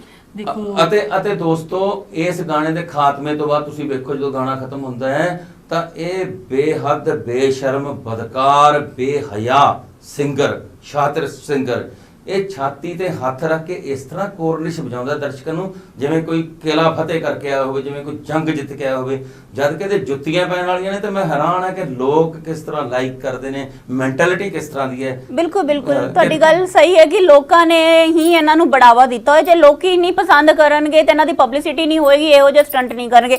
ਸਿਰਫ ਇਹ ਪਬਲਿਸਿਟੀ ਪਾਉਣ ਵਾਸਤੇ ਇਹੋ ਜਿਹੇ ਸਟੰਟ ਕਰਦੇ ਨੇ, ਜਿੰਦੇ ਵਿੱਚ ਇਹ ਵੀ ਭੁੱਲ ਜਾਂਦੇ ਨੇ ਕਿ ਔਰਤ ਦੀ ਜਿਹੜੀ ਗ੍ਰੰਥਾਂ ਦੇ ਵਿੱਚ ਵੀ ਇੰਨੀ ਮਾਨਤਾ ਦਿੱਤੀ ਗਈ ਹੋਈ ਹੈ, ਉਸ ਨੂੰ ਇਹਨਾਂ ਨੇ ਗੀਤਾਂ ਦੇ ਵਿੱਚ ਕਿਹੋ ਜਿਹਾ ਪੇਸ਼ ਕੀਤਾ ਹੋਇਆ। ਬਿਲਕੁਲ ਜਸਲੀਨ ਜੀ। ਤੇ ਹੁਣ FIR ਦੇ ਇਹਦੇ ਉੱਤੇ ਪਹਿਲਾਂ ਵੀ FIR ਹੋ ਚੁੱਕੀ ਹੈ, ਇੱਕ FIR ਦੇ ਹੋਰ ਵੀ ਇਸ ਦੇ ਉੱਤੇ ਹੁਣ ਹੋ ਜਾਣੀ ਹੈ। ਦੇਖੋ ਜੀ, ਜੇ ਮੈਂ FIR ਦੀ ਗੱਲ ਕਰਾਂ, ਮੈਂ ਤਾਂ ਮੈਨੂੰ ਇੰਨੀ ਸ਼ਰਮ ਆਉਂਦੀ ਆ ਵੀ ਮੈਨੂੰ ਇੰਨਾ ਕੁ ਦੁੱਖ ਲੱਗਦਾ ਵੀ ਮੇਰੇ ਵਰਗੀ ਨੂੰ ਤਾਂ ਨਾ ਡੁੱਬ ਕੇ ਮਰ ਜਾਣਾ ਚਾਹੀਦਾ। ਮੈਂ ਇਹੋ ਜਿਹੇ ਦੇਸ਼ ਦੀ ਨਾਗਰਿਕ ਹਾਂ।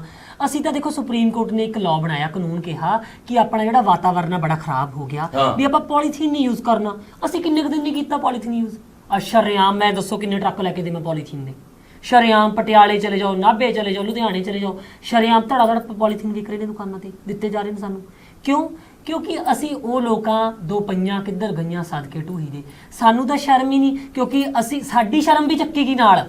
ਕਿਉਂਕਿ ਦੇਖੋ ਜੇ ਉਹਨਾਂ ਨੇ ਗਾਣਾ ਕੱਢਤਾ ਨਾ ਤਾਂ ਗਾਣਾ ਅਸੀਂ ਉਹ ਸੁਣਦੇ ਆ ਨਾ ਬੈਠ ਕੇ। ਬਿਲਕੁਲ, ਬਿਲਕੁਲ, ਇਹ ਗੱਲ ਮੇਰੀ ਸਹੀ ਭੈਣ ਹੈ, ਬੈਠੀ ਹੈ, ਮੇਰੀ ਬਿਲਕੁਲ। ਮਾਂ ਵੀ ਬੈਠੀ ਹੈ, ਮੇਰਾ ਪਿਓ ਬੈਠਾ, ਮੇਰਾ ਭਰਾ ਬੈਠਾ, ਅਸੀਂ ਸਾਰੇ ਜਾਣੇ ਸੁਣ ਕੇ ਗਾਣਾ ਇਕੱਠੇ ਬੈਠੇ। ਨਹੀਂ, ਕਈ ਵਾਰ ਨਾ ਸੜਕ ਤੇ ਜਾਂਦੀਆਂ ਕੁੜੀਆਂ ਨੂੰ ਵੀ ਇਹ ਕਮੈਂਟ ਗਾਣਿਆਂ ਦੇ ਵਿੱਚ ਮਿਲਦਾ ਨੇ। ਇਹ ਜੇ ਸਮਾਜ ਵਿਰੋਧੀ ਅਸਭਿਅਕ ਤੇ ਲੱਚਰ ਗਾਇਕਾਂ ਨੂੰ ਫਿਰ ਕਹਿਣ ਦਾ ਮੌਕਾ ਮਿਲ ਜਾਂਦਾ ਜੀ ਕਿ ਜਨਤਾ ਦੀ ਡਿਮਾਂਡ ਹੈ ਤੇ ਅਸੀਂ ਬਿਲਕੁਲ, ਬਿਲਕੁਲ ਜਦ ਕਿ ਪਹਿਲਾਂ ਜਨਤਾ ਦੀ ਡਿਮਾਂਡ ਨੂੰ ਪੂਰੀ ਕਰਦੇ ਨੇ, ਫਿਰ ਕਈ ਇਹ ਵੀ ਕਹਿੰਦੇ ਨੇ ਜੀ ਇਹਨਾਂ ਦੀ ਰੋਜੀ ਰੋਟੀ ਹੈ। ਬਈ ਰੋਜੀ ਰੋਟੀ ਤਾਂ ਫੀਮ ਵੇਚਣ ਵਾਲੇ ਦੀ ਵੀ ਹੁੰਦੀ ਹੈ, ਰੋਜੀ ਰੋਟੀ ਤਾਂ ਦਾਰੂ ਵੇਚਣ ਵਾਲੇ ਦੀ ਵੀ ਹੁੰਦੀ ਹੈ ਨਜਾਇਜ਼, ਤੇ ਰੋਜੀ ਰੋਟੀ ਦੇ ਆਧਾਰ ਦੇ ਉੱਤੇ ਅਸੀਂ ਇਹ ਛੋਟ ਥੋੜਾ ਦੇ ਸਕਦੇ। ਕ੍ਰਾਈਮ ਨਹੀਂ ਕਰ ਸਕਦੇ, ਕਿਉਂਕਿ ਸਮਝਦਾ ਕ੍ਰਾਈਮ ਹੈ, ਇਹ ਪੋਲੂਸ਼ਨ ਹੈ, ਇੱਕ ਜੇ ਮੈਂ ਕਿਤੋਂ ਨਾ ਗੰਦ ਚੱਕ ਲਾ ਥੋੜਾ ਜਿਹਾ ਵੀ ਇਹ ਗੰਦ ਵਿਕ ਜੇ, ਉਹ ਗੰਦ ਵਿਕਦਾ ਨਹੀਂ ਕਿਤੇ, ਹਨਾ। ਤੁਸੀਂ ਕਹੋਗੇ ਜਸਲੀਨ ਤੂੰ ਕਿਸੇ ਕਿਹੋ ਜਿਹੀਆਂ ਗੱਲਾਂ ਲੱਗੀ ਕਰਨ, ਪਰ ਇਹਨਾਂ ਦਾ ਗੰਦ ਕਰੋੜਾਂ 'ਚ ਵਿਕ ਰਿਹਾ ਹਰਬਾਂ 'ਚ। ਇਸ ਕਾਰਨ ਕੀ ਹੈ? ਗੰਦ ਵਿਕ ਰਿਹਾ, ਦੇਖੋ ਸ਼ਰਿਆਮ ਗੰਦ ਵਿਕ ਰਿਹਾ। ਬਿਲਕੁਲ, ਔਰ ਇਸੇ ਗੰਦਮੰਦ ਨਾਲ ਭਰਪੂਰ ਜਿਹੜਾ ਗੀਤ ਹੈ ਟੀ ਸੀਰੀਜ਼ ਦੇ ਉੱਤੇ ਅਕਾਊਂਟ ਤੋਂ ਇਸ ਨੂੰ YouTube ਉੱਤੇ ਅਪਲੋਡ ਕੀਤਾ ਗਿਆ ਸੀ। ਔਰ ਗਾਣੇ ਦੇ ਜਿਹੜੇ ਬੋਲ ਨੇ ਹਣੀ ਸਿੰਘ ਅਸਤ ਤੇ ਹੋਮੀ ਦਿੱਲੀ ਵਾਲਾ ਨੇ ਲਿਖੇ, ਔਰ ਹਣੀ ਸਿੰਘ, ਨੇਹਾ ਕੱਕੜ, ਸਿੰਘ ਅਸਤ, ਪਿਨਾਕੀ ਸੀਨ ਅਤੇ ਐਲ ਸਟੇਰ ਨੇ ਇਹਨੂੰ ਗਾਇਆ। ਇਹ ਪੂਰਾ ਗਾਣਾ ਕਿਊਬਾ ਵਿੱਚ ਸ਼ੂਟ ਕੀਤਾ ਗਿਆ ਸੀ। ਤੇ ਹੁਣ ਜਦੋਂ ਪਰਚਾ ਦਰਜ ਹੋਣਾ, ਇਹ ਨੇਹਾ ਕੱਕੜ ਛੱਕੜ ਜਿਹੜੇ ਦੂਜੇ ਸਾਰੇ ਨੇ, ਇਹ ਸਾਰੇ ਇਹਦੇ ਵਿੱਚ ਜਿੰਨੇ ਨੇ ਪਰਚੇ ਦੇ ਵਿੱਚ ਆਉਣਗੇ FIR ਦੇ ਵਿੱਚ, ਤੇ ਕਾਨੂੰਨੀ ਸੰਕਟ ਤਾਂ ਇਹਨਾਂ ਦੀ ਬਹੁਤ ਵੱਡਾ ਖੜਾ ਹੋ ਗਿਆ। ਦੇਖੋ ਜਿਨ੍ਹਾਂ ਨੇ ਗੁਰੂ ਗੋਬਿੰਦ ਸਿੰਘ ਮਹਾਰਾਜ ਦੇ ਵਾਰਿਸ ਬਣਨਾ ਸੀ, ਜੀ। ਬੱਚਿਆਂ ਨੇ, ਜਿਨ੍ਹਾਂ ਮੇਰੀਆਂ ਭੈਣਾਂ ਨੇ, ਬੱਚੀਆਂ ਨੇ, ਸਾਡੀਆਂ ਨੇ, ਜੀ। ਮਾਤਾ ਸਾਹਿਬ ਕੌਰ ਦੀ, ਮਾਤਾ ਗੁਜਰੀ ਜੀ ਦੀ, ਹਨਾ, ਵਾਰਿਸ ਬਣਨਾ ਸੀ। ਮਹਾਰਾਜਾ ਰਣਜੀਤ ਸਿੰਘ ਦੇ ਦੇਖੋ ਕਿੰਨੀਆਂ ਜੰਗਾਂ ਲੜੀਆਂ। ਸਾਡੇ ਕੋਲ ਤਾਂ ਸਾਡਾ, ਅਸੀਂ ਫਿਰ ਪਤਾ ਕੀ ਕਹਿੰਦੇ ਨੇ, ਛੋਟਾ ਜਿਹਾ ਇੱਕ ਦਿਨ ਇੱਕ ਮੈਨੂੰ ਬੱਚਾ ਕਹਿੰਦਾ, ਹਨਾ, ਬੱਚਾ ਤਾਂ ਨਹੀਂ ਕਹਿ ਸਕਦੀ, 14-15 ਸਾਲ ਦਾ ਹੋਣਾ, ਕਹਿੰਦਾ ਅਸੀਂ ਇਤਿਹਾਸ ਪੜ੍ਹ ਕੇ ਕੀ ਲੈਣਾ। ਮੈਂ ਕਿਹਾ ਇਤਿਹਾਸ ਨੇ ਤਾਂ ਸਾਨੂੰ ਸਿਖਾਇਆ ਸੀ ਵੀ ਤੁਰਨਾ ਕਿਵੇਂ ਆ ਸੜਕ ਤੇ, ਭੁੱਲ ਬੈਠੇ ਐ। ਬਿਲਕੁਲ, ਸਾਡੀ ਦੇਖੋ ਸਾਡੀ ਗੁਰਬਾਣੀ ਨੇ ਸਿਖਾਇਆ ਸਾਨੂੰ, ਦੇਖ ਪਰਾਈਆਂ ਚੰਗੀਆਂ ਮਾਵਾਂ ਧੀਆਂ ਭੈਣਾਂ ਜਾਣ। ਕਹਿੰਦਾ ਜੇ ਤੁਸੀਂ ਪਰਾਈਆਂ ਇਸਤਰੀਆਂ ਦੇਖਦੇ ਹੋ ਨਾ ਤਾਂ ਉਹਨਾਂ ਨੂੰ ਜੀ ਤਾਂ ਤੁਹਾਡੇ ਉਹ ਬਰਾਬਰ ਦੀ ਆ, ਤੁਹਾਡੀ ਭੈਣ ਆ, ਜੇ ਤੁਹਾਡੇ ਤੋਂ ਛੋਟੀ ਆ ਤੁਹਾਡੀ ਬੱਚੀ ਆ, ਤੁਹਾਡੇ ਤੋਂ ਵੱਡੀ ਆ ਤੁਹਾਡੀ ਮਾਂ ਹੈ। ਪਰ ਇਹ ਸਾਡੇ ਦੇਖੋ ਸਮਾਜ ਸਾਨੂੰ ਸਹੀ ਦਿਖਾ ਰਿਹਾ ਇਸ ਟਾਈਮ। ਸਮਾਜ ਨੂੰ ਦਿਖਾਉਣਗੇ ਕਿ ਸਮਾਜ ਦੇ ਲਈ ਬਿਲਕੁਲ, ਬਿਲਕੁਲ, ਸਮਾਜ ਨੂੰ ਇਹ ਸਮਾਜ ਦੇ ਲਈ ਇੱਕ ਅਜਿਹੇ ਨਾਸੂਰ ਨੇ, ਅਜਿਹੇ ਸਮਾਜ ਦੇ ਲਈ ਕਲੰਕ ਨੇ। ਦੇਖੋ ਜੇ ਅਸੀਂ ਬਿਆਨ ਦਿੰਦੇ ਆ, ਸਾਡੇ ਤੇ ਹਮਲੇ ਕਰਵਾਏ ਜਾਂਦੇ ਨੇ, ਧਮਕੀਆਂ ਦਿੰਦੇ ਨੇ ਮੈਨੂੰ ਫੋਨਾਂ ਤੇ। ਮੈਂ ਪਹਿਲਾਂ ਮੀਡੀਆ 'ਚ ਇਹ ਗੱਲ ਕਲੀਅਰ ਕਰਦਾ, ਮੈਨੂੰ ਧਮਕੀਆਂ ਪਤਾ ਕੀ ਦਿੰਦੇ ਨੇ, ਮੈਨੂੰ ਧਮਕੀਆਂ ਇੱਕ ਨਾਰਮਲ ਜਿਹੇ ਬੰਦੇ ਤੋਂ ਧਮਕੀ ਦਵਾਉਂਦੇ ਨੇ ਵੀ ਤੈਨੂੰ ਮਾਰ ਦੇਣਗੇ, ਤੇਰੀ ਫੈਮਿਲੀ ਨੂੰ। ਮੇਰੀ ਫੈਮਿਲੀ ਨੇ ਤਾਂ ਮੇਰਾ ਖੜੇ ਛੱਡਤਾ। ਉਹ ਕਹਿੰਦੇ ਜਸਲੀਨ ਜਿੱਥੇ ਮਰਜੀ ਜਾ, ਮਰ, ਰਹਿ, ਤੇਰੀ ਜ਼ਿੰਦਗੀ, ਤੂੰ ਜਿਉਂ, ਤੂੰ ਛੱਡ, ਤੂੰ ਰਹਿ। ਕਹਿੰਦੇ ਪਰ ਸਾਡੀ ਕੋਈ ਗੱਲ ਨਾ ਕਰੀ। ਮੈਂ ਕਿਹਾ ਨਹੀਂ ਜੀ ਕਰਦੀ। ਧਮਕੀਆਂ ਇਸ ਲਈ ਮਿਲਦੀਆਂ ਨੇ ਕਿਉਂਕਿ ਪਤਾ ਹੈ ਕਿ ਇਦਾਂ ਦੇ ਜਿਹੜੇ ਗਾਣੇ ਨੇ ਨਾ, ਇਹਦੇ ਨਾਲ ਗੁੰਡੇ ਬਦਮਾਸ਼ ਜਿਹੜੇ ਨੇ, ਸਮਾਜ ਵਿਰੋਧੀ ਅਨਸਰ ਨੇ, ਔਰਤ ਦੇ ਵਿਰੋਧੀ ਅਨਸਰ ਨੇ, ਇਹ ਵੀ ਔਰਤਾਂ ਦੇ ਵਿਰੋਧੀ ਅਨਸਰ ਨੇ, ਬੜਾਵਾ ਮਿਲਦਾ ਹੈ। ਇੱਕ ਗੈਂਗ ਬਣ ਚੁੱਕਿਆ, ਇੱਕ ਨੈਕਸਸ ਹੈ, ਇੱਕ ਇਹਨਾਂ ਦਾ ਗਰੋਹ ਬਣ ਚੁੱਕਿਆ ਹੈ। ਔਰ ਇਹ ਗਰੋਹ ਫਿਰ ਆਪਣੀਆਂ ਕਰਤੂਤਾਂ ਨੂੰ ਜਾਰੀ ਰੱਖਣ ਦੇ ਲਈ ਧਮਕੀਆਂ ਦੇਊਗਾ। ਤੁਸੀਂ ਵੇਖੋ ਕਿ ਨਿਰਭੈ ਦਾ ਜਦੋਂ ਗੈਂਗ ਰੇਪ ਹੋਇਆ, ਉਸ ਤੋਂ ਬਾਅਦ ਹਣੀ ਸਿੰਘ ਦੇ ਗਾਣੇ ਦੀ ਬਹੁਤ ਆਲੋਚਨਾ ਪੂਰੇ ਦੇਸ਼ ਵਿੱਚ ਹੋਈ ਸੀ। ਔਰ ਇਹ ਹੋਈ ਸੀ ਕਿ ਇਦਾਂ ਦੇ ਗਾਣੇ ਨੇ ਜਿਹੜੇ ਇਸ ਤਰ੍ਹਾਂ ਦੇ ਗੈਂਗ ਰੇਪ ਦੇ ਲਈ, ਇਹ ਬੰਦਾ, ਇਹਦੇ ਗਾਣੇ ਜਿਹੜੇ ਨੇ ਉਤਸ਼ਾਹਿਤ ਕਰਦੇ ਨੇ ਲੋਕਾਂ ਨੂੰ। ਬਿਲਕੁਲ ਕਰਦੇ, ਭੜਕਾਊ ਗਾਣੇ ਨੇ, ਜਨਤਾ ਸੁਣਦੀ ਹੈ, ਨੈਚੁਰਲੀ ਉਹਨਾਂ ਗੱਲਾਂ ਵੱਲ ਜਾਂਦੀ ਹੈ। ਹਨੀ ਸਿੰਘ ਹੋ ਗਿਆ, ਬਾਦਸ਼ਾਹ ਹੋ ਗਿਆ, ਤੇ ਸ਼ੁਰੂ ਦੇ ਵਿੱਚ ਇੰਟਰਨੈਟ ਦੇ ਉੱਤੇ ਜਦੋਂ ਇਹਨਾਂ ਨੇ ਗਾਣੇ ਗਾਉਣੇ ਸ਼ੁਰੂ ਕੀਤੇ ਨੇ, ਇੰਨੇ ਗੰਦੇ ਫਿਜ਼ੀਕਲੀ ਸਰੀਰ ਦੇ ਅੰਗਾਂ ਦੇ ਨਾਂ ਲੈ ਕੇ ਗੰਦੀਆਂ ਗਾਲਾਂ ਪਾ ਕੇ ਇਦਾਂ ਦੇ ਗਾਣੇ ਗਾਏ ਇਹਨਾਂ ਨੇ ਜਿਹੜੇ ਕਿ ਇੰਟਰਨੈਟ ਦੇ ਉੱਤੇ ਮੌਜੂਦ ਨੇ। ਮੈਂ ਹੈਰਾਨ ਆ ਕਿ ਇਸ ਤਰ੍ਹਾਂ ਦਾ ਗੰਦ ਜਿਹੜਾ ਪਪੂਲਰ ਹੋ ਰਿਹਾ, ਇਸ ਤਰ੍ਹਾਂ ਦਾ ਗੰਦ ਜਿਹੜਾ ਹੈਗਾ, ਲੋਕ ਉਹਨੂੰ ਸੁਣਨਾ ਪਸੰਦ ਕਰਦੇ ਨੇ। ਇਹਨਾਂ ਦਾ ਵਿਰੋਧ ਕਿਉਂ ਨਹੀਂ ਕੀਤਾ ਜਾਂਦਾ ਜਸਲੀਨ ਜੀ? ਹਾਂ, ਪਿੱਛੇ ਜੇ ਸਰਕਾਰ ਨੇ ਕਿਹਾ ਸੀ ਕਿ ਸੈਂਸਰ ਬੋਰਡ ਬਣਾਇਆ ਜਾਏਗਾ। ਜੇ ਬਾਲੀਵੁੱਡ ਦੇ ਵਿੱਚ ਸੈਂਸਰ ਬੋਰਡ ਬਣਿਆ ਹੋਇਆ ਤਾਂ ਇਹਦਾ ਆਪਣੇ ਪੰਜਾਬ 'ਚ ਸੈਂਸਰ ਬੋਰਡ ਕਿਉਂ ਨਹੀਂ ਬਣਿਆ ਹੋਇਆ ਜੀ? ਕਿ ਜਿਨ੍ਹਾਂ ਤੇ ਇਹੋ ਜਿਹੇ ਗਾਣਿਆਂ ਤੇ ਕਾਟ ਛਾੜ ਕੀਤੀ ਜਾਵੇ ਜੋ ਕਿ ਪਰਿਵਾਰ ਦੇ ਵਿੱਚ ਬੈਠ ਕੇ ਦੇਖ ਸਕੇ, ਆਪਾਂ ਜਨਤਾ ਦੇ ਵਿੱਚ ਬੈਠ ਕੇ ਦੇਖ ਸਕੀਏ, ਆਪਣੇ ਭਾਈਚਾਰੇ ਦੇ ਵਿੱਚ ਬੈਠ ਕੇ ਦੇਖ ਸਕੀਏ। ਪਿੱਛੇ ਜੇ ਕਿਸ ਤਰ੍ਹਾਂ ਦਾ ਮੇਰਾ ਖਿਆਲ ਕੋਸ਼ਿਸ਼ ਹੋਈ ਵੀ ਸੀ, ਹੁਣ ਵਾਲੇ ਪਤਾ ਨਹੀਂ ਉਹਦਾ ਇੰਜ਼ਾਮ ਕੀ ਹੋਇਆ ਪੰਜਾਬ ਸਰਕਾਰ ਵੱਲੋਂ, ਜਿਹਦੇ ਵਿੱਚ ਪੰਮੀ ਬਾਈ ਵਰਗੇ ਜਿਹੜੇ ਇਸ ਤਰ੍ਹਾਂ ਦੇ ਬੰਦੇ ਵੀ ਵਿੱਚ ਸ਼ਾਮਲ ਕੀਤੇ ਗਏ ਸੀਗੇ, ਜਿਹੜੇ ਕਿ ਗਾਣਿਆਂ ਦਾ ਜਿਹੜਾ ਮਿਆਰ ਹੈ, ਗਾਣੇ ਦਾ ਜਿਹੜਾ ਗਾਣਿਆਂ ਦੀ ਜਿਹੜੀ ਕੁਆਲਿਟੀ ਹੈ ਉਹਨੂੰ ਬਰਕਰਾਰ ਰੱਖਣ ਦੇ ਲਈ। ਤੇ ਤੁਹਾਨੂੰ ਇੱਕ ਗੱਲ ਹੋਰ ਦੱਸ ਦਈਏ ਕਿ ਹਨੀ ਸਿੰਘ ਜਿਹੜਾ ਹਜ਼ਾਰਾਂ ਲੋਕਾਂ ਦੇ ਸਾਹਮਣੇ ਜਿਹੜਾ ਡਾਂਸ ਕਰਦਾ, ਹੁਣ ਇਹ ਜਿਹੜਾ ਗਾਣਾ ਆਇਆ, ਇੱਕ ਮੌਕਾ ਇਹੋ ਜਿਹਾ ਆ ਗਿਆ ਸੀ ਪਿੱਛੇ ਜੇ, ਇੱਕ ਅਪਰਾਧ ਬਹੁਤ ਹੁੰਦਾ ਹੈ ਜਦੋਂ ਤੁਸੀਂ ਗਲਤ ਕੰਮ ਕਰਦੇ ਹੋ ਨਾ, ਤੁਹਾਡੀ ਜਿਹੜੀ ਆਤਮਾ ਵੀ ਤੁਹਾਨੂੰ ਲਾਹਨਤਾਂ ਪਾ ਰਹੀ ਹੁੰਦੀ ਹੈ। ਔਰ ਇੱਕ ਟਾਈਮ ਹਣੀ ਸਿੰਘ 4-5 ਲੋਕਾਂ ਦੇ ਦੋਸਤੋ ਸਾਹਮਣੇ ਆਉਣ ਤੋਂ ਵੀ ਕਤਰਾਉਣ ਲੱਗ ਪਿਆ ਸੀ, ਡਰਨ ਲੱਗ ਪਿਆ ਸੀ, ਘਬਰਾਉਣ ਲੱਗ ਪਿਆ ਸੀ, ਕਿਉਂਕਿ ਉਸ ਵੇਲੇ ਇਹ ਇੱਕ ਬਿਮਾਰੀ ਦਾ, ਜਿਹੜੀ ਕਿ ਬਾਇਪੋਲਰ ਡਿਸਆਰਡਰ ਹੈ, ਉਸ ਦਾ ਸ਼ਿਕਾਰ ਹੋ ਗਿਆ ਸੀਗਾ। ਇਸ ਬਿਮਾਰੀ ਦੇ ਵਿੱਚ ਖੁਦ ਤੇ ਸ਼ੱਕ ਕਰਨਾ, ਉਦਾਸੀ ਦਾ ਸ਼ਿਕਾਰ ਹੋ ਜਾਣਾ, ਨੀਂਦ ਲੈਣ ਵਿੱਚ ਤਕਲੀਫ, ਬੇਕਾਬੂ ਹੋ ਜਾਣਾ, ਭੀੜ ਤੋਂ ਡਰ, ਇਦਾਂ ਦੇ ਜਿਹੜੇ ਸਿੰਪਟਮ ਕਿਉਂ ਪੈਦਾ ਹੁੰਦੇ ਨੇ ਕਿ ਇਹਦੇ ਅੰਦਰ ਇੱਕ ਡਰ ਸੀ ਕਿ ਭੀੜ 'ਚ ਮੇਰੇ ਛਿੱਤਰ ਵੀ ਪੈ ਸਕਦੇ ਨੇ। ਬਿਲਕੁਲ ਕਰਤੂਤ ਬਿਲਕੁਲ ਏਦਾਂ ਦੀ ਹੈ। ਨੈਚੁਰਲੀ ਗੱਲ ਹੈ। ਕੋਈ ਨਹੀਂ, ਕੁਝ ਚੰਗੇ ਲੋਕ ਵੀ ਹੈਗੇ ਨੇ ਇਸ ਸਮਾਜ ਦੇ ਵਿੱਚ, ਕੁਝ ਬੁਰੇ ਲੋਕ ਵੀ ਨੇ, ਜੀ। ਲੇਕਿਨ ਜ਼ਿਆਦਾਤਰ ਬੁਰੇ ਲੋਕ ਨੇ। ਜੇ ਇਹਨਾਂ ਦੇ ਚੀਜ਼ਾਂ ਨੂੰ, ਇਹਨਾਂ ਦੇ ਗਾਣਿਆਂ ਨੂੰ ਜ਼ਿਆਦਾ ਪ੍ਰਮੋਟ ਨਹੀਂ ਕਰਨਗੇ ਤਾਂ ਮੈਂ ਕਹਿੰਨੀ ਆ, ਮੇਰੇ ਵਿਚਾਰਾਂ ਦੇ ਅਕੋਰਡਿੰਗ ਤਾਂ ਮੈਂ ਇੱਕੋ ਗੱਲ ਕਹੂੰਗੀ, ਜੇ ਆਪਾਂ ਇਹਨਾਂ ਦੇ ਗਾਣਿਆਂ ਨੂੰ ਅਸੀਂ ਪ੍ਰਮੋਟ ਨਹੀਂ ਕਰਦੇ ਆ ਤੇ ਇਹਨਾਂ ਨੂੰ ਬੜਾਵਾ ਨਹੀਂ ਦਿੰਦੇ ਆ ਤੇ ਉਹਦੀ ਅਸ਼ਲੀਲਤਾ ਫੈਲਾਉਣ ਵਾਲੇ ਸ਼ਾਇਦ ਗਾਇਕ ਦੁਬਾਰਾ ਨਹੀਂ ਜਨਮ ਲੈਣਗੇ, ਕਿਉਂਕਿ ਉਹ ਵੀ ਥੋੜਾ ਸ਼ਰਮ ਕਰਨਗੇ। ਜੇ ਆਪਾਂ ਇਹਨਾਂ ਗੱਲਾਂ ਤੇ ਐਕਸ਼ਨ ਲੈ ਲੈਂਦੇ ਆ ਤਾਂ ਉਹ ਸੋਚਣਗੇ, ਜਿਹੜੀ ਆਮ ਜਨਤਾ ਇਹਨਾਂ ਗੱਲਾਂ ਨੂੰ ਸੋਚਣਾ ਸ਼ੁਰੂ ਕਰ ਦੇਗੀ ਤਾਂ ਇਹੋ ਜਿਹੇ ਸਿੰਗਰ ਹੀ ਪੈਦਾ ਨਹੀਂ ਹੋਣਗੇ ਤੇ ਇਹੋ ਜਿਹੀ ਅਸ਼ਲੀਲਤਾ ਸਾਨੂੰ ਸੁਣਨ ਨੂੰ ਨਹੀਂ ਮਿਲੇਗੀ। ਦੋਸਤੋ, ਹਨੀ ਸਿੰਘ ਦੇ ਜਿਹੜੇ ਗਾਣਿਆਂ ਦੇ ਅਸੀਂ ਕੀ ਕਹਦੇ ਕਿ ਕੁੱਤੇ ਕੰਮ ਹੀ ਦੱਸਾਂਗੇ ਇਹਨੂੰ, ਇਹਦੀ ਲਿਸਟ ਬੜੀ ਲੰਬੀ ਹੈ ਕਿ ਨਜ਼ਰ ਮਾਰੀਏ। ਹਨੀ ਸਿੰਘ ਦੇ ਗਾਣੇ ਦੇਖੋ ਕਿੱਦਾਂ ਦੇ ਲਿਖਦਾ ਹੈ। ਦੇਖੋ ਜੀ, ਕਹਿੰਦਾ ਛੋਟੀ ਡਰੈਸ ਵਿੱਚ ਬੰਬ ਲੱਗਦੀ ਮੈਨੂੰ, ਕਤਲ ਕਰੇ ਤੇਰਾ ਬੰਬ ਫਿਕਰ। ਦੇਖੋ ਬਿਲਕੁਲ, ਕਿੰਨਾ ਵੱਡਾ, ਕਿੱਦਾਂ ਮੈਂ ਕਹਿੰਦੀ ਆ ਜੀ, ਮੈਂ ਬੋਲਣਾ ਤਾਂ ਦੂਰ ਦੀ ਗੱਲ, ਜੇ ਮੈਂ ਦਿਮਾਗ 'ਚ ਵੀ ਇਹ ਸ਼ਬਦ ਲੈ ਕੇ ਆਵਾਂ ਨਾ ਤਾਂ ਉਹ ਵੀ ਮੇਰਾ ਬ੍ਰੇਨ ਗੰਦਾ ਹੋ ਰਿਹਾ ਇਸ ਟਾਈਮ। ਬ੍ਰੇਨ ਗੰਦਾ ਹੋ ਰਿਹਾ, ਬਿਲਕੁਲ ਬ੍ਰੇਨ ਗੰਦਾ ਹੋ ਰਿਹਾ ਮੇਰਾ ਇਸ ਟਾਈਮ। ਪਰ ਚਰਚਾ ਕਰਨੀ ਜ਼ਰੂਰੀ ਹੈ ਕਿਉਂਕਿ ਲੋਕਾਂ ਨੂੰ ਪਤਾ ਲੱਗ ਸਕੇ ਇਹਦਾ ਕਿਰਦਾਰ ਕੀ ਹੈ, ਕਰੈਕਟਰ ਕੀ ਹੈ। ਸਾਨੂੰ ਵੀ ਦੋਸਤੋ ਬੜੀ ਸ਼ਰਮ ਆ ਰਹੀ ਹੈ ਲਾਈਨਾਂ ਇਸ ਵੇਲੇ ਬੋਲਦੇ ਹੋਏ, ਪਰ ਦੱਸਣਾ ਜ਼ਰੂਰੀ ਹੈ ਕਿ ਕਿੱਦਾਂ ਦੀ ਇਹਨਾਂ ਦੀ ਨੇਚਰ ਹੈ, ਕਿੱਦਾਂ ਦੀ ਇਹ ਹਰਕਤਾਂ ਕਰਦੇ ਨੇ, ਕਿਸ ਤਰ੍ਹਾਂ ਦੀ ਕਰਤੂਤਾਂ ਨੇ। ਜੀ ਪ੍ਰੀਤ ਜੀ। ਚਲੋ ਸਰ, ਅਸੀਂ ਤੁਹਾਡੇ ਨਾਲ ਇਹ ਤੇ ਐਗਰੀ ਹਾਂ ਕਿ ਸਾਨੂੰ ਖੁਦ ਨੂੰ ਬਹੁਤ ਸ਼ਰਮ ਆ ਰਹੀ ਹੈ। ਮੈਨੂੰ ਕੁੜੀ ਹੋ ਗਏ ਇਹਨਾਂ ਗੱਲਾਂ ਤੇ ਡਿਸਕਸ ਕਰਦੇ ਵੀ ਸ਼ਰਮ ਆ ਰਹੀ, ਲੇਕਿਨ ਇਹਨਾਂ ਨੂੰ ਗਾਇਕਾਂ ਨੂੰ ਸ਼ਰਮ ਨਹੀਂ ਆ ਰਹੀ ਹੈ, ਸ਼ਾਇਦ ਇਹਨਾਂ ਦੇ ਰਾਈਟਰਾਂ ਨੂੰ ਸ਼ਰਮ ਨਹੀਂ ਆ ਰਹੀ ਇਹੋ ਜਿਹੇ ਗਾਣੇ ਲਿਖਣ ਵੇਲੇ ਵੀ। ਤੇ ਦੂਸਰੀ ਸਭ ਤੋਂ ਵੱਡੀ ਕਿ ਵੱਡੇ ਚਲੋ ਨੌਜਵਾਨ ਤੇ ਇਹਨਾਂ ਗਾਣਿਆਂ ਨੂੰ ਸੁਣਦੇ ਕਰਦੇ ਨੇ, ਜਿਹੜੇ ਛੋਟੇ ਛੋਟੇ ਬੱਚੇ ਨੇ ਉਹ ਇਹਨਾਂ ਗਾਣਿਆਂ ਤੇ ਡਾਂਸ ਕਰਦੇ, ਇੰਟਰਸਟ ਦਿੰਦੇ ਨੇ। ਕਿਉਂ ਦਿੰਦੇ ਨੇ? ਕਿਉਂਕਿ ਉਹਨਾਂ ਨੂੰ ਪਤਾ ਹੀ ਨਹੀਂ ਹੈ ਇਹਨਾਂ ਦੇ ਮਤਲਬ ਕੀ ਹੈ। ਡਾਂਸ ਕਰਨ ਤੋਂ ਬਾਅਦ ਵਿੱਚ ਉਹਨਾਂ ਨੂੰ ਮਤਲਬ ਵੀ ਸਮਝ ਆਉਣ ਲੱਗ ਜਾਂਦੇ ਨੇ ਤੇ ਜਦੋਂ ਇਹਨਾਂ ਖਤਰਨਾਕ ਗਾਣਿਆਂ ਦੇ ਮਤਲਬ ਸਮਝ ਆਉਂਦੇ ਨੇ ਉਦੋਂ ਫੇਰ ਉਹਨਾਂ ਨੂੰ ਕੰਟਰੋਲ ਕਰਨ ਦਾ ਕੋਈ ਜ਼ਰੀਆ ਬਾਕੀ ਨਹੀਂ ਰਹਿੰਦਾ, ਕਿਉਂਕਿ ਉਹਨਾਂ ਦੇ ਦਿਮਾਗ ਵੀ ਪ੍ਰਦੂਸ਼ਿਤ ਹੋ ਚੁੱਕੇ ਨੇ। ਬਿਲਕੁਲ ਬਿਲकुल ਸਹੀ ਗੱਲ ਹੈ। ਗਾਣਾ ਦੇਖੋ ਜੀ ਕਿ ਕਲੱਬ में होगा शोर, बेबी घर में पिल्लो फाइट, फिर कहना मजा उठा ले बेबी आज रात का, बल्ब लगा के 0 बाट का। हनी सिंह के गाने, निक्कर वाली छोरी ने बोतल चढ़ा रखी है, नाच रही देख कैसे आग लगा रखी है। हनी सिंह के गाने ने और करेंगे पार्टी सारी रात, अगे डैश डैश डैश असी वो गल कह नहीं सकते, मैं दम है तो बंद करवा लो। ਇਹ ਮਤਲਬ ਇਦਾਂ ਦਾ ਜਿਹੜਾ ਨੇ ਬੋਲਿਆ ਹੋਇਆ ਸ਼ਬਦ। ਜੀ ਜੀ। ਔਰ ਬੌਸ ਫਿਲਮ ਦੇ ਗਾਣੇ, ਪਾਰਟੀ ਆਲ ਨਾਈਟ ਗਾਣੇ ਦੇ ਇੱਕ ਸ਼ਬਦ ਨੂੰ ਤਾਂ ਬੀਪ ਕਰਨਾ ਤੱਕ ਪੈ ਗਿਆ ਸੀ। ਜੀ। ਬੀਪ ਕਿਉਂ ਕਰਨਾ ਪੈ ਗਿਆ ਸੀ? ਕਿਉਂਕਿ ਜਿਹੜੇ ਗਾਣਾ ਚਲਾਉਣ ਵਾਲੇ ਸੀ, ਗਾਣਾ ਚਲੋ ਪਰ ਉਹ ਚ ਅਸ਼ਲੀਲਤਾ ਇਸ ਹੱਦ ਤੱਕ ਸੀ। ਤਾਂ ਹੈਰਾਨੀ ਇਸ ਗੱਲ ਦੀ ਹੈ ਕਿ ਹਨੀ ਸਿੰਘ ਨੂੰ ਕਿਹੜਾ ਨਹੀਂ ਪਤਾ ਹੁੰਦਾ ਕਿ ਮੈਂ ਕੀ ਗਾ ਰਿਹਾ ਕੀ ਨਹੀਂ। ਸਭ ਨੂੰ ਪਤਾ, ਜਦੋਂ ਰਿਕਾਰਡ ਕੀਤਾ ਜਾਂਦਾ ਗਾਣਾ, ਹੁਣ ਅਸੀਂ ਡਿਸਕਸ ਕਰ ਰਹੇ ਹਾਂ, ਸਾਨੂੰ ਸ਼ਬਦ ਪੜ੍ਹਦਿਆਂ ਵੀ ਸ਼ਰਮ ਆ ਰਹੀ ਹੈ, ਲੇਕਿਨ ਜਦੋਂ ਇਹਨਾਂ ਨੂੰ ਬੋਲਦੇ ਨੇ ਇਹਨਾਂ ਨੂੰ ਸ਼ਰਮ ਨਹੀਂ ਆਉਂਦੀ ਹੈ। ਤੇ ਇਹਨਾਂ ਸ਼ਰਮਾਂ ਨੂੰ ਰੋਕਣ ਵਾਸਤੇ ਸਾਡੀ ਜਿਹੜੀ ਜਨਤਾ ਹੈ, ਜੇ ਇਹ ਕਦਮ ਚੱਕਦੀ ਹੈ ਤਾਂ ਜ਼ਰੂਰ ਇਹੋ ਜਿਹੇ ਗਾਣੇ ਬੰਦ ਹੋ ਜਾਣਗੇ, ਇਹੋ ਜਿਹੇ ਗਾਇਕ ਨਹੀਂ ਆਣਗੇ, ਇਹੋ ਜਿਹੇ ਰਾਈਟਰ ਨਹੀਂ ਆਣਗੇ। ਇੱਕ ਇੰਟਰਵਿਊ ਦੇ ਵਿੱਚ ਇਸ ਬੇਸ਼ਰਮ ਆਦਮੀ ਹਨੀ ਸਿੰਘ ਨੇ ਇਹ ਵੀ ਕਿਹਾ ਸੀ ਕਿ ਮੈਂ ਕੁੜੀਆਂ ਲਈ ਅਜਿਹਾ ਗਾਣਾ ਲਿਆਵਾਂਗਾ ਕਿ ਲੋਕ ਮੈਨੂੰ ਮਾਰਨ ਲਈ ਪੈ ਜਾਣਗੇ। ਹਾਲਾਂਕਿ ਇਦਾਂ ਦਾ ਗਾਣਾ ਕੋਈ ਵੀ ਮਾਰਨ ਲਈ ਪੈ ਜਾਣਗੇ, ਇਦਾਂ ਦਾ ਹੀ ਗਾਣਾ ਇਹ। ਬਿਲਕੁਲ ਬਿਲਕੁਲ ਸਹੀ ਗੱਲ ਹੈ। ਬੰਦੇ ਦੀ ਜੁੱਤੀਆਂ ਪਤਾ ਨਹੀਂ ਕਿਉਂ ਨਹੀਂ ਮਾਰਦੇ ਸਿਰ 'ਚ, ਜਿਹੜੇ ਇੰਟਰਵਿਊ ਲੈਂਦੇ ਨੇ। ਪਹਿਲਾਂ ਤਾਂ ਮੈਂ ਇੰਟਰਵਿਊ ਵਾਲਾ ਨੂੰ ਫੜਨਾ ਚਾਹਨੀ ਆ। ਮਾਂ-ਬਾਪ ਨੇ ਇਹਦਾ ਨਾਂ ਰੱਖਿਆ ਹਰਦੇਸ਼ ਸਿੰਘ ਹਨੀ ਦਾ। ਉਸ ਤੋਂ ਬਾਅਦ ਜਿਹੜੀ ਇਹਦੀ ਪਹਿਲੀ ਆਫੀਸ਼ੀਅਲ ਜਿਹੜੀ ਐਲਬਮ ਸੀ ਉਹ 2005 ਵਿੱਚ ਆਈ ਸੀ, ਪਰ ਇਸ ਤੋਂ ਪਹਿਲਾਂ ਹੀ ਲੁੱਚ ਗੜੁੱਚ ਕਿਸਮ ਦੇ ਜਿਹੜੇ ਗਾਣੇ ਸੀ ਅਸ਼ਲੀਲ, ਉਹਨਾਂ ਕਰਕੇ ਇਹਦਾ ਨਾਂ ਪੁੰਗਰ ਦੀ ਪੀੜ੍ਹੀ ਜਿਹੜੀ ਨੌਜਵਾਨਾਂ ਦੇ ਮਨ ਦੇ ਉੱਤੇ ਜਿਹੜਾ ਚੜ੍ਹ ਚੁੱਕਿਆ ਸੀ। ਤੇ ਉਸ ਤੋਂ ਬਾਅਦ ਜਿਹੜਾ ਸ਼ੁਰੂ ਦੇ ਵਿੱਚ ਹੀ ਜਦੋਂ ਇਸ ਬੁਰਾਈ ਜਿਹੜੀ ਇਹਦੇ ਮਨ ਵਿੱਚ ਪਣਪ ਰਹੀ ਸੀ, ਜਦੋਂ ਉਹਦਾ ਨਾਂ ਤਾਂ ਸਰਕਾਰ ਨੇ ਗਲਾ ਦੱਬਿਆ ਤੇ ਨਾ ਲੋਕਾਂ ਨੇ ਉਹਦਾ ਇਤਰਾਜ਼ ਕੀਤਾ, ਤਾਂ ਉਸ ਤੋਂ ਬਾਅਦ ਇਹਦੇ ਹੌਸਲੇ ਬੁਲੰਦ ਹੁੰਦੇ ਗਏ। ਤੇ ਬਾਕੀ ਫਿਲਮ ਇੰਡਸਟਰੀ ਤੁਹਾਨੂੰ ਪਤਾ ਹੀ ਹੈ। ਦੇਖੋ, ਜੇ ਗੱਲ ਕਰੀ ਜਾਵੇ ਕੱਲੀ ਹਨੀ ਸਿੰਘ ਦੀ ਨਾ ਕਰੋ ਜੀ, ਇਹ ਸਾਰੇ ਇੱਕੋ ਹੀ ਵੇਲ ਦੇ ਚੱਟੇ ਵੱਟੇ ਨੇ ਜੀ, ਇੱਕੋ ਹੀ ਵੇਲ ਦੇ ਕੱਦੂ ਨੇ। ਹੋਰ ਬਹੁਤ ਸਾਰੇ ਤਕਰੀਬਨ ਆਲਮੋਸਟ 5-4 ਗਾਇਕਾਂ ਨੂੰ ਛੱਡ ਕੇ ਜੀ, ਹਨਾ, ਤੇ ਬਾਕੀ ਸਾਰੇ ਗਾਇਕ ਗਾਣੇ ਹੀ ਗੰਦੇ ਗਾਉਂਦੇ ਨੇ ਜੀ। ਕਿਹੜਾ ਗਾਣਾ ਸਹੀ ਆਂਦਾ ਹੈ ਜੀ? ਮੈਨੂੰ ਇੱਕ ਗੱਲ ਦੱਸੋ। ਇਹ ਤਾਂ ਹੈ ਹੀ ਹੈ, ਗਾਣਾ ਹੀ ਕਿਹੜਾ ਸਹੀ ਆਂਦਾ ਜੀ? ਸਾਰੇ ਇੰਨੇ ਗੰਦੇ ਗਾਣੇ ਆਉਂਦੇ ਨੇ। ਦੇਖੋ ਜੀ, ਮੇਰੇ ਇੱਕ ਯਾਦ ਆ ਗਈ, ਮੇਰੇ ਘਟਨਾ ਉਸ ਵੇਲੇ ਵੀਡੀਓ ਫਿਲਮਾਂਕਨ ਨਹੀਂ ਹੁੰਦਾ ਸੀ, ਪਰ ਉਦੋਂ ਲੱਚਰ ਗਾਣੇ ਜਿਹੜੇ ਸੀ ਉਦੋਂ ਟੇਪਾਂ ਹੁੰਦੀਆਂ ਸੀਗੀਆਂ ਤੇ ਤਰੀਕਾ ਹੁੰਦਾ ਹੈ ਵੀ ਕਿਸੇ ਨੂੰ ਸ਼ਰਮਿੰਦਾ ਕਰਨ ਦਾ। ਸਾਡੇ ਇੱਕ ਪਿੰਡ ਦੇ ਵਿੱਚ ਇੱਕ ਇਸ ਤਰ੍ਹਾਂ ਦਾ ਬੁੱਧੀਜੀਵੀ ਸੀ ਜਿਹੜਾ ਬੜਾ ਤਕਲੀਫ ਹੁੰਦੀ ਸੀ। ਉਹ ਕਹਿੰਦਾ ਯਾਰ ਇਦਾਂ ਦੇ ਗਾਣੇ ਕਿਉਂ ਨੇ। ਇੱਕ ਦਿਨ ਜੀ ਉਹ ਕੈਸਟ ਲੈ ਕੇ ਚਲਾ ਗਿਆ ਖਾਲੀ, ਤੇ ਦੁਕਾਨਦਾਰ ਨੂੰ ਕਹਿੰਦਾ ਵੀਰ ਜੀ ਚ ਗਾਣੇ ਭਰ ਦਿਓ। ਕਹਿੰਦਾ ਕਿਹੜੇ ਭਰੀਏ? ਕਹਿੰਦਾ ਤੇਰੀ ਭੈਣ ਮੇਰੀ ਭਰਜਾਈ, ਤੇਰੀ ਭੈਣ ਤੇ ਅੱਖ ਮੇਰੀ, ਤੇਰੀ ਭੈਣ ਦੇ ਵਿਆਹ 'ਚ ਨੱਚਦਾ ਫਿਰਾਂ। ਉਹ ਦੁਕਾਨਦਾਰ ਉਹਦੇ ਨਾਲ ਲੜਨ ਨੂੰ ਤਿਆਰ ਹੋ ਗਿਆ। ਉਹ ਕਹਿੰਦਾ ਯਾਨੀ ਕਿ ਉਹਨੂੰ ਫੀਲ ਹੋਇਆ ਨਾ ਕਿ ਮੇਰੀ ਭੈਣ ਨੂੰ ਬੋਲ ਰਿਹਾ ਹੈ ਨਾ, ਉਹਨੂੰ ਸ਼ਰਮ ਆਣੀ ਸ਼ੁਰੂ ਹੋ ਗਈ। ਉਹ ਕਹਿੰਦਾ ਤੂੰ ਮੇਰੇ ਨਾਲ ਲੜਦਾ ਕਿਉਂ? ਕਹਿੰਦਾ ਸਾਲਿਆ, ਕਹਿੰਦਾ ਤੈਨੂੰ ਤਾਂ ਗੁੱਸਾ ਇਸ ਕਰਕੇ ਆ ਗਿਆ ਵੀ ਤੂੰ ਮੈਂ ਮਤਲਬ ਇਹ ਜਿਹੜੀ ਵਰਡਿੰਗ ਐਜੀਟੀ ਚ ਉਹਨੇ ਕਹੀ ਉਹ ਮੈਂ ਦੱਸ ਰਿਹਾ।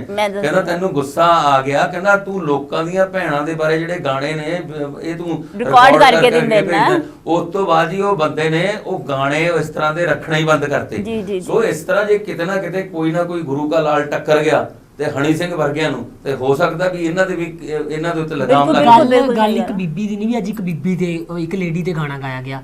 ਸਾਡੇ ਜਿੰਨੇ ਗਾਣੇ ਗਾਉਂਦੇ ਨੇ, ਗਾਉਂਦੀ ਇਹ ਆਸ਼ਕੀ ਤੇ ਗਾਤਾ ਜੀ, ਹਾਂ ਅਯਾਸ਼ੀ ਤੇ ਗਾਉਂਦੇ ਨੇ, ਅਯਾਸ਼ੀ ਤੇ ਵੀ ਖਾਓ ਪੀਓ ਬੱਕਰੇ ਬੁਲਾਓ। ਕਹਿੰਦੇ ਇੱਕ ਉਹਦਾ ਗਾਣਾ ਨਹੀਂ ਆਇਆ ਉਹਦਾ, ਆਪਣੇ ਮੇਰੇ ਖਿਆਲ ਨਾਲ ਕੀ ਨਾਮ ਆ ਜੀ ਉਹਦਾ ਗਾਇਕ ਦਾ, ਕੀ ਨਾਮ ਆ ਜੀ ਉਹਦਾ, ਜਿਹੜਾ ਆ ਗਾਣਾ ਗਾ ਚਾਰ ਲਾ ਕੇ ਚਾਰ ਪੈਗ ਬੱਲੀ, ਹਾਂ ਲਾ ਕੇ ਤਿੰਨ ਪੈਗ ਬੈਲੀ, ਇੱਕ ਆ ਤਿੰਨ ਫਾਇਰ ਆ ਗਿਆ ਗਾਣਾ ਹੁਣੀ ਪੈਂਦੇ ਭੰਗੜੇ ਗੱਡੀ ਦੀ ਡਿੱਗੀ ਖੋਲ ਕੇ, ਵੀ ਉਹ ਇਹ ਕਹਿਣਾ ਚਾਹੁੰਦਾ ਹੈ ਵੀ ਤਿੰਨ ਪੈਗ ਤੋਂ ਬਿਨਾਂ ਤਾਂ ਭੰਗੜਾ ਹੀ ਨਹੀਂ ਤੁਸੀਂ ਪਾ ਸਕਦੇ।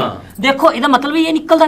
ਉਸ ਤੋਂ ਬਾਅਦ ਲੋਕ ਕੀ ਕਰਦੇ ਨੇ, ਕਹਿਣਗੇ ਜੀ ਤਿੰਨ ਪੈਗ ਪਾਵਾਂਗੇ ਲਾਵਾਂਗੇ ਤੇ ਫਿਰ ਯਾਨੀ ਕਿ ਨਸ਼ੇ ਵੱਲ ਵੀ ਉਹਨਾਂ ਨੂੰ ਭੇਜ ਰਹੇ, ਨਸ਼ੇ ਨੂੰ ਪ੍ਰਮੋਟ ਕੀਤਾ ਜਾਂਦਾ ਜੀ, ਸ਼ਰੇਆਮ ਨਸ਼ੇ ਨੂੰ ਪ੍ਰਮੋਟ ਕੀਤਾ ਜਾਂਦਾ ਹੈ। ਨਸ਼ਿਆਂ ਨੂੰ ਕਹਿੰਦਾ ਦੇਖੀ ਕਿਤੇ ਛੱਡ ਜੀ ਨਾ ਪੁੱਤ ਜੱਟ ਦਾ, ਕਿਤੇ ਫੇਰ ਨਾ ਲਾਦੀ ਚਿੱਟੀ ਏਰੀ, ਪਤਾ ਨਹੀਂ ਚਿੱਟੇ ਦੇ ਪੁੱਤ ਜੱਟ ਦਾ ਐ ਜੇ ਚਿੱਟਾ। ਦੇਖੋ ਅਸੀਂ ਚਿੱਟਾ ਸ਼ਬਦ ਜੇ ਆਮ ਲੈਂਦੇ ਨਾ, ਸਾਡੇ ਅੰਦਰ ਇੱਕ ਐ ਹੌਂਕਾ ਭਰਦਾ ਖੌਫ ਜਿਹਾ ਆ ਜਾਂਦਾ, ਮੌਤ ਆਂਦੀ ਸਾਹਮਣੇ ਇੱਕ ਨਾ ਵੀ ਚਿੱਟਾ ਯਾਰ ਕੀ ਚੀਜ਼ ਹੈ ਚਿੱਟਾ, ਚਿੱਟਾ ਚਿੱਟਾ ਹਨਾ। ਇਹ ਦੱਸਦੇ ਨੇ ਕਿ ਇੰਜੋਏ ਹੈ, ਇੰਜੋਏ ਹੈ ਜੀ, ਹੈ ਨਾ।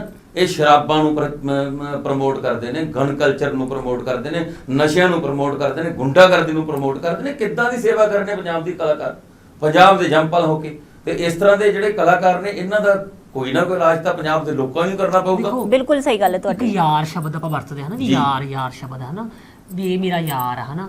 ਉਹ ਇੱਕ ਗਾਣਾ ਨਹੀਂ ਹੈ ਉਹ ਅਨਾਰਤੀ ਕੇ ਕਿਹੜਾ ਗਾਇਕ ਨਵਾਂ ਜਿਹਾ ਸਿੰਗਰ ਉੱਠਿਆ ਏ, ਤੇਰੇ ਯਾਰ ਨੂੰ ਦੱਬਣ ਨੂੰ ਫਿਰਦੇ ਨੇ ਨਹੀਂ ਪਰ ਦਬਦਾ ਕਿੱਥੇ ਆ।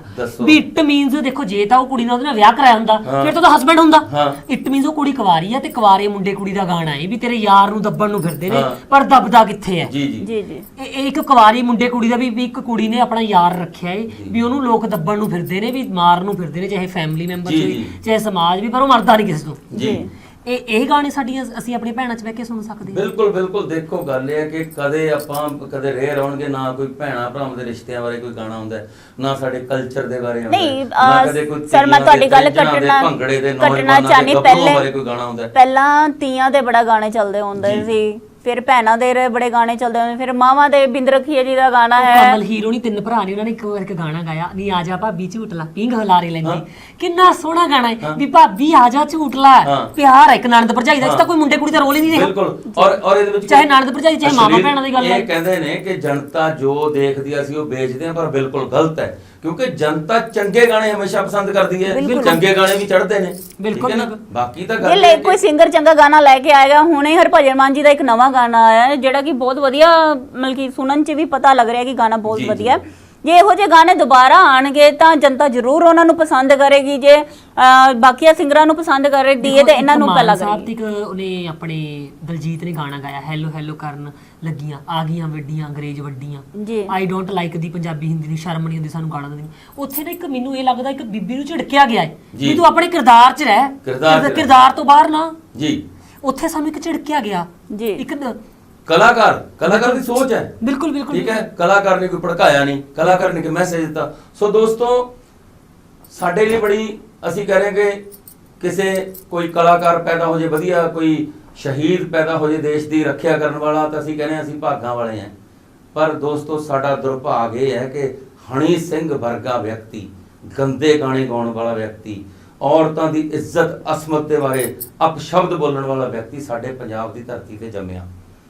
ਇਹ ਸਾਡੀ ਧਰਤੀ ਦੇ ਲਈ ਹੀ ਅਸੀਂ ਕਹਿ ਰਹੇ ਹਾਂ ਕਿ ਸਾਡੇ ਲਈ ਮੰਦਭਾਗੀ ਘਟਨਾ ਸੀ ਜਿਸ ਦਿਨ ਇਹਦਾ ਜਨਮ ਹੋਇਆ। ਸੋ ਦੋਸਤੋ ਬਾਕੀ ਗੱਲ ਇਹ ਹੈ ਕਿ ਬਾਕੀ ਸਾਡੇ ਤੇ ਡਿਪੈਂਡ ਕਰਦਾ, ਤੁਹਾਡੇ ਸਾਡੇ ਤੇ ਸਾਰੇ ਤੇ ਡਿਪੈਂਡ ਕਰਦਾ ਹੈ ਅਸੀਂ ਕਿਸ ਤਰ੍ਹਾਂ ਦੇ ਗਾਣੇ ਸੁਣਨੇ ਨੇ, ਕਿਸ ਤਰ੍ਹਾਂ ਦੇ ਗਾਣੇ ਅਸੀਂ ਦੇਖਣੇ ਨੇ, ਕਿਸ ਤਰ੍ਹਾਂ ਦਾ ਕੀ ਅਸੀਂ ਇਸ ਤਰ੍ਹਾਂ ਦਾ ਗੰਦ ਸਿਰ ਤੇ ਢੋਣਾ ਹੈ, ਜਾਂ ਅਸੀਂ ਕਿਸੇ ਕੋਈ ਇੱਕ ਸਵਸਥ ਸਿਹਤਮੰਦ ਸਮਾਜ ਸਿਰਜਣਾ ਹੈ ਜਿਹਦੇ ਵਿੱਚ ਅਸੀਂ ਮਾਵਾਂ ਭੈਣਾਂ ਧੀਆਂ ਦੇ ਨਾਲ, ਆਪਣੇ ਰਿਲੇਟਿਵਸ ਦੇ ਨਾਲ, ਆਪਣੇ ਦੋਸਤਾਂ ਦੇ ਨਾਲ, ਆਪਣੇ ਸਾਰੇ ਮਿੱਤਰਾਂ ਦੇ ਨਾਲ ਬੈਠ ਕੇ ਇੰਜੋਏ ਕਰ ਸਕੀਏ, ਆਨੰਦ ਕਰ ਸਕੀਏ, ਗਾਣੇ ਦਾ ਆਨੰਦ ਮਾਣ ਸਕੀਏ।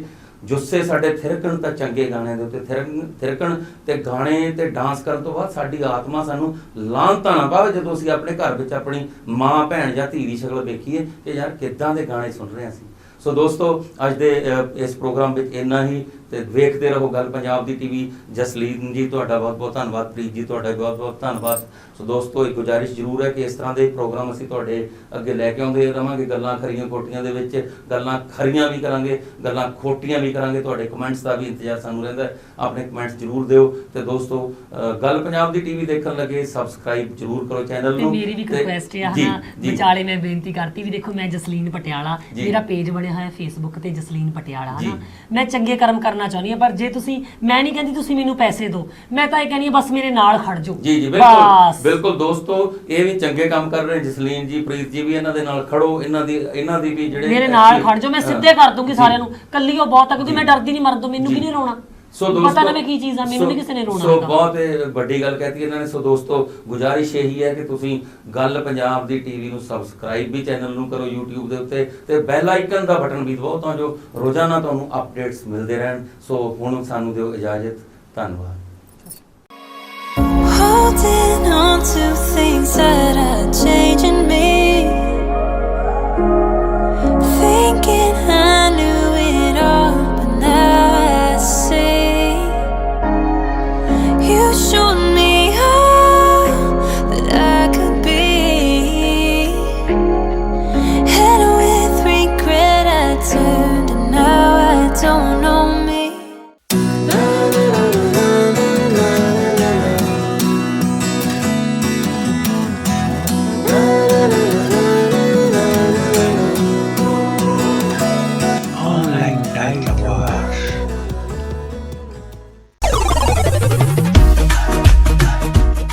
ਦੋਸਤੋ ਸਾਡੇ ਲਈ ਮਾਣ ਦੀ ਗੱਲ ਹੈ ਕਿ ਤੁਸੀਂ ਹਰ ਰੋਜ਼ ਗੱਲ ਪੰਜਾਬ ਦੀ ਟੀਵੀ ਦੇਖਦੇ ਹੋ। ਇੱਕ ਗੁਜ਼ਾਰਿਸ਼, ਚੈਨਲ ਨੂੰ YouTube ਤੇ ਸਬਸਕ੍ਰਾਈਬ ਜ਼ਰੂਰ ਕਰੋ ਅਤੇ ਰੋਜ਼ਾਨਾ ਨੋਟੀਫਿਕੇਸ਼ਨ ਦੇ ਲਈ ਬੈਲ ਆਈਕਨ ਜ਼ਰੂਰ ਦਬਾਓ।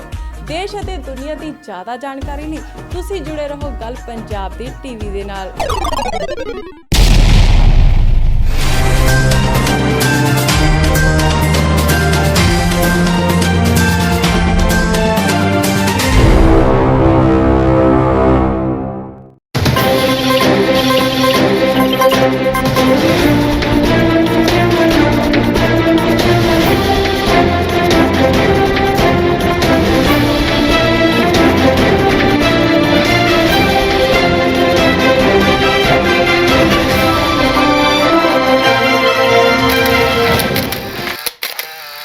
जीपीडी यानी कि गल पंजाब दी टीवी देख रहे दर्शकों को प्रवीण कोमल की तरफ से प्यार भरी नमस्कार, सत श्री अकाल, आदाब। दोस्तों प्रोग्राम लेकर हाजिर हूँ खबर संसार। खबर संसार में आज हम एक विवादित मुद्दे पर बात करेंगे। दोस्तों कहते हैं कि मियाँ बीबी राजी तो क्या करेगा काजी, लेकिन पंजाब में एक मुद्दा काफ़ी गरमाया हुआ है और वो है एक ट्रांसजेंडर की शादी को लेकर मचा हो हल्ला। दोस्तों पटियाला के समाना गांव का रहने वाला एक लड़का जो बाद में अपनी शारीरिक मजबूरियों के चलते ट्रांसजेंडर बना और ट्रांसजेंडर बनने के बाद उसके मन में शादी की इच्छा पैदा हुई और एक समाज सेवी ने उसके साथ शादी करके एक बेहतरीन मिसाल पेश की।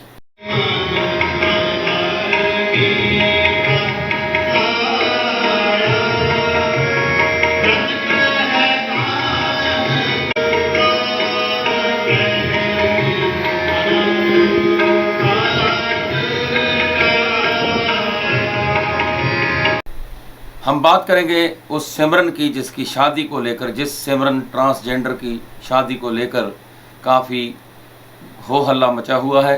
हालांकि जिस सज्जन ने सिमरन के साथ शादी की उसने बहुत ही बड़ा, बहुत ही अच्छा काम किया, समाज सेवा का काम किया, बहुत ही शानदार काम किया कि उसने एक ऐसे बच्चे को जो ट्रांसजेंडर बनकर गली गली में भटकते हुए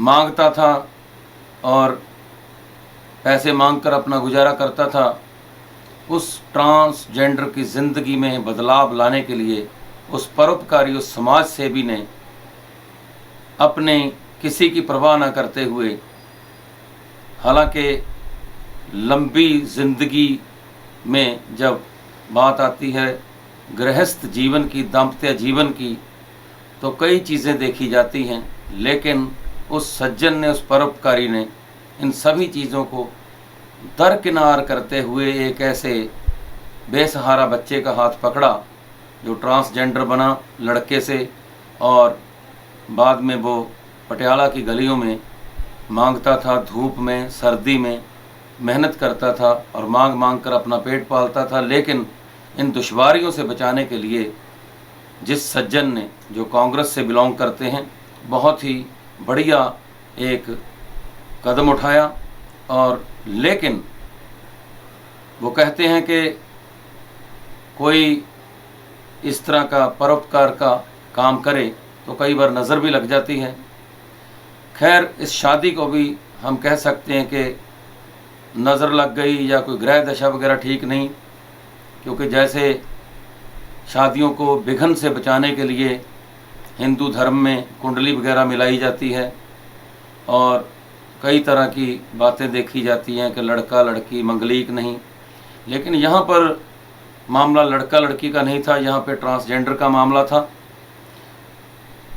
दिल जब किसी पर आ जाता है, किसी पर दिल अगर आ जाए तो क्या होता है, तो हम कह सकते हैं वही होता है जो मंजूर खुदा होता है। लेकिन जब बात सिख धर्म की आई और जब बात ये आई कि ये जो लड़का था, ये जो बाद में ट्रांसजेंडर बना, सिमरन, तो इस सिमरन ने जो शादी की उसके बारे में तरह तरह के एतराज़ उठने लगे। कई धार्मिक लोगों ने ये बोला कि ये शादी जायज़ नहीं है, श्री गुरु ग्रंथ साहब की हजूरी में ये शादी जायज़ नहीं है।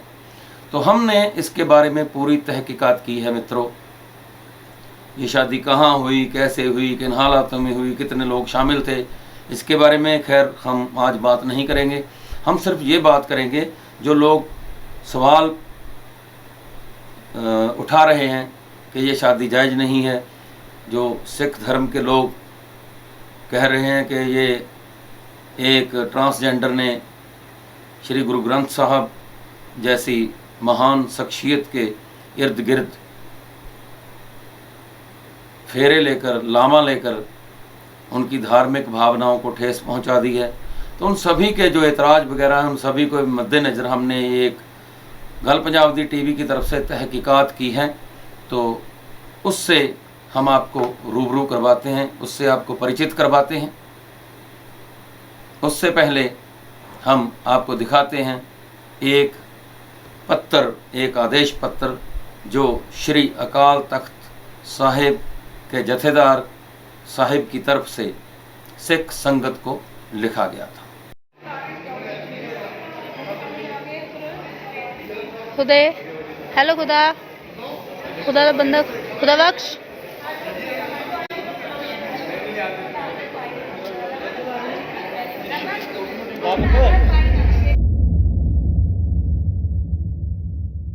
सो दोस्तों, ये जो पत्र हमने आपको दिखाया है, ये श्री अकाल तख्त साहिब श्री अमृतसर के जो जथेदार थे ज्ञानी जोगिंदर सिंह जी, उनकी तरफ से ये पत्र जारी किया गया है सिख संगत के नाम संदेश के तौर पर। एक ओंकार वाहिगुरु जी की फतेह से शुरू होता है ये पत्र, और इसमें संदेश है जो ये, इसमें 005 नंबर डाला गया है और 16/1/2005 को ये संदेश श्री अकाल तख्त साहिब की तरफ से ज्ञानी जोगिंदर सिंह जी जो जथेदार हैं उनकी तरफ से ये सिख संगत के नाम पर बड़ा स्पष्ट संदेश किया गया है। और जो अकाल तख्त के से जारी होते हैं हुक्मनामे, संदेश जो होते हैं, उनकी पालना जो करनी सिख संगत के लिए ज़रूरी होती है, क्योंकि अगर हम माना जाए कि सिखों के लिए अगर माना जाए कि सर्वोच्च अदालत है तो वो श्री अकाल तख्त साहिब है, जहाँ से अगर कोई गलती कर देता है तो वहाँ पे उसको चाहे बड़ी से बड़ी शख्सियत हो, उसको तनख्वाहिया करार देकर उसको सज़ा भी दी जाती है। वहाँ महाराजा रंजीत सिंह जैसे बड़े बड़े दिग्गज जो थे, उनको भी श्री अकाल तख्त साहिब पर पेश होकर कोड़े खाने पड़े थे सज़ा के रूप में। मोरा नाम की एक जो नाची थी उसके साथ संबंधों के कारण। इसी तरह बूटा सिंह जी को भी आलूओं की बोरियां और घी के पीपे वगैरह उठाने के साथ साथ बूट पॉलिश करनी पड़ी वहाँ पर। और भी कई सुरजीत सिंह बरनाला, कई यानी कि जो कितने भी बड़े रुतबे पर हों कोई भी, तो श्री अकाल तख्त के सामने सभी नतमस्तक होते हैं। उनके सामने किसी की कोई हैसियत नहीं, ये आपको बता दें। जो लोग सिख रहित मर्यादा को जानते हैं उनको पता होगा, लेकिन जो लोग हिंदुस्तान के लोग, देश विदेश के लोग जिनको रहित मर्यादा के बारे में ज़्यादा जानकारी नहीं, उनके लिए बता दें कि श्री अकाल तख्त का जो भी संदेश, जो भी मैसेज, जो हुक्मनामा होता है वो सिखों के लिए सर्वोच्च होता है। खैर, बात चल रही थी सिमरन ट्रांसजेंडर के एक सज्जन के साथ, जिनको शायद सरपंच भी बताया जा रहा है, यूथ कांग्रेस के वो नेता हैं, उनके साथ शादी की। तो उसके बारे में जो वाद विवाद चल रहा है उसके बारे में आपको बता दें कि जो ये संदेश जारी हुआ श्री अकाल तख्त साहिब की तरफ से, उसमें लिखा गया है, जो हमने आपको फ़ोटो दिखाई है वो हम उसकी हिंदी, पंजाबी में है ये, हम उसकी हिंदी में आपको ट्रांसलेशन करके, तर्जुमा करके आपको बता रहे हैं। आपको शब्द व शब्द आपको बताते हैं।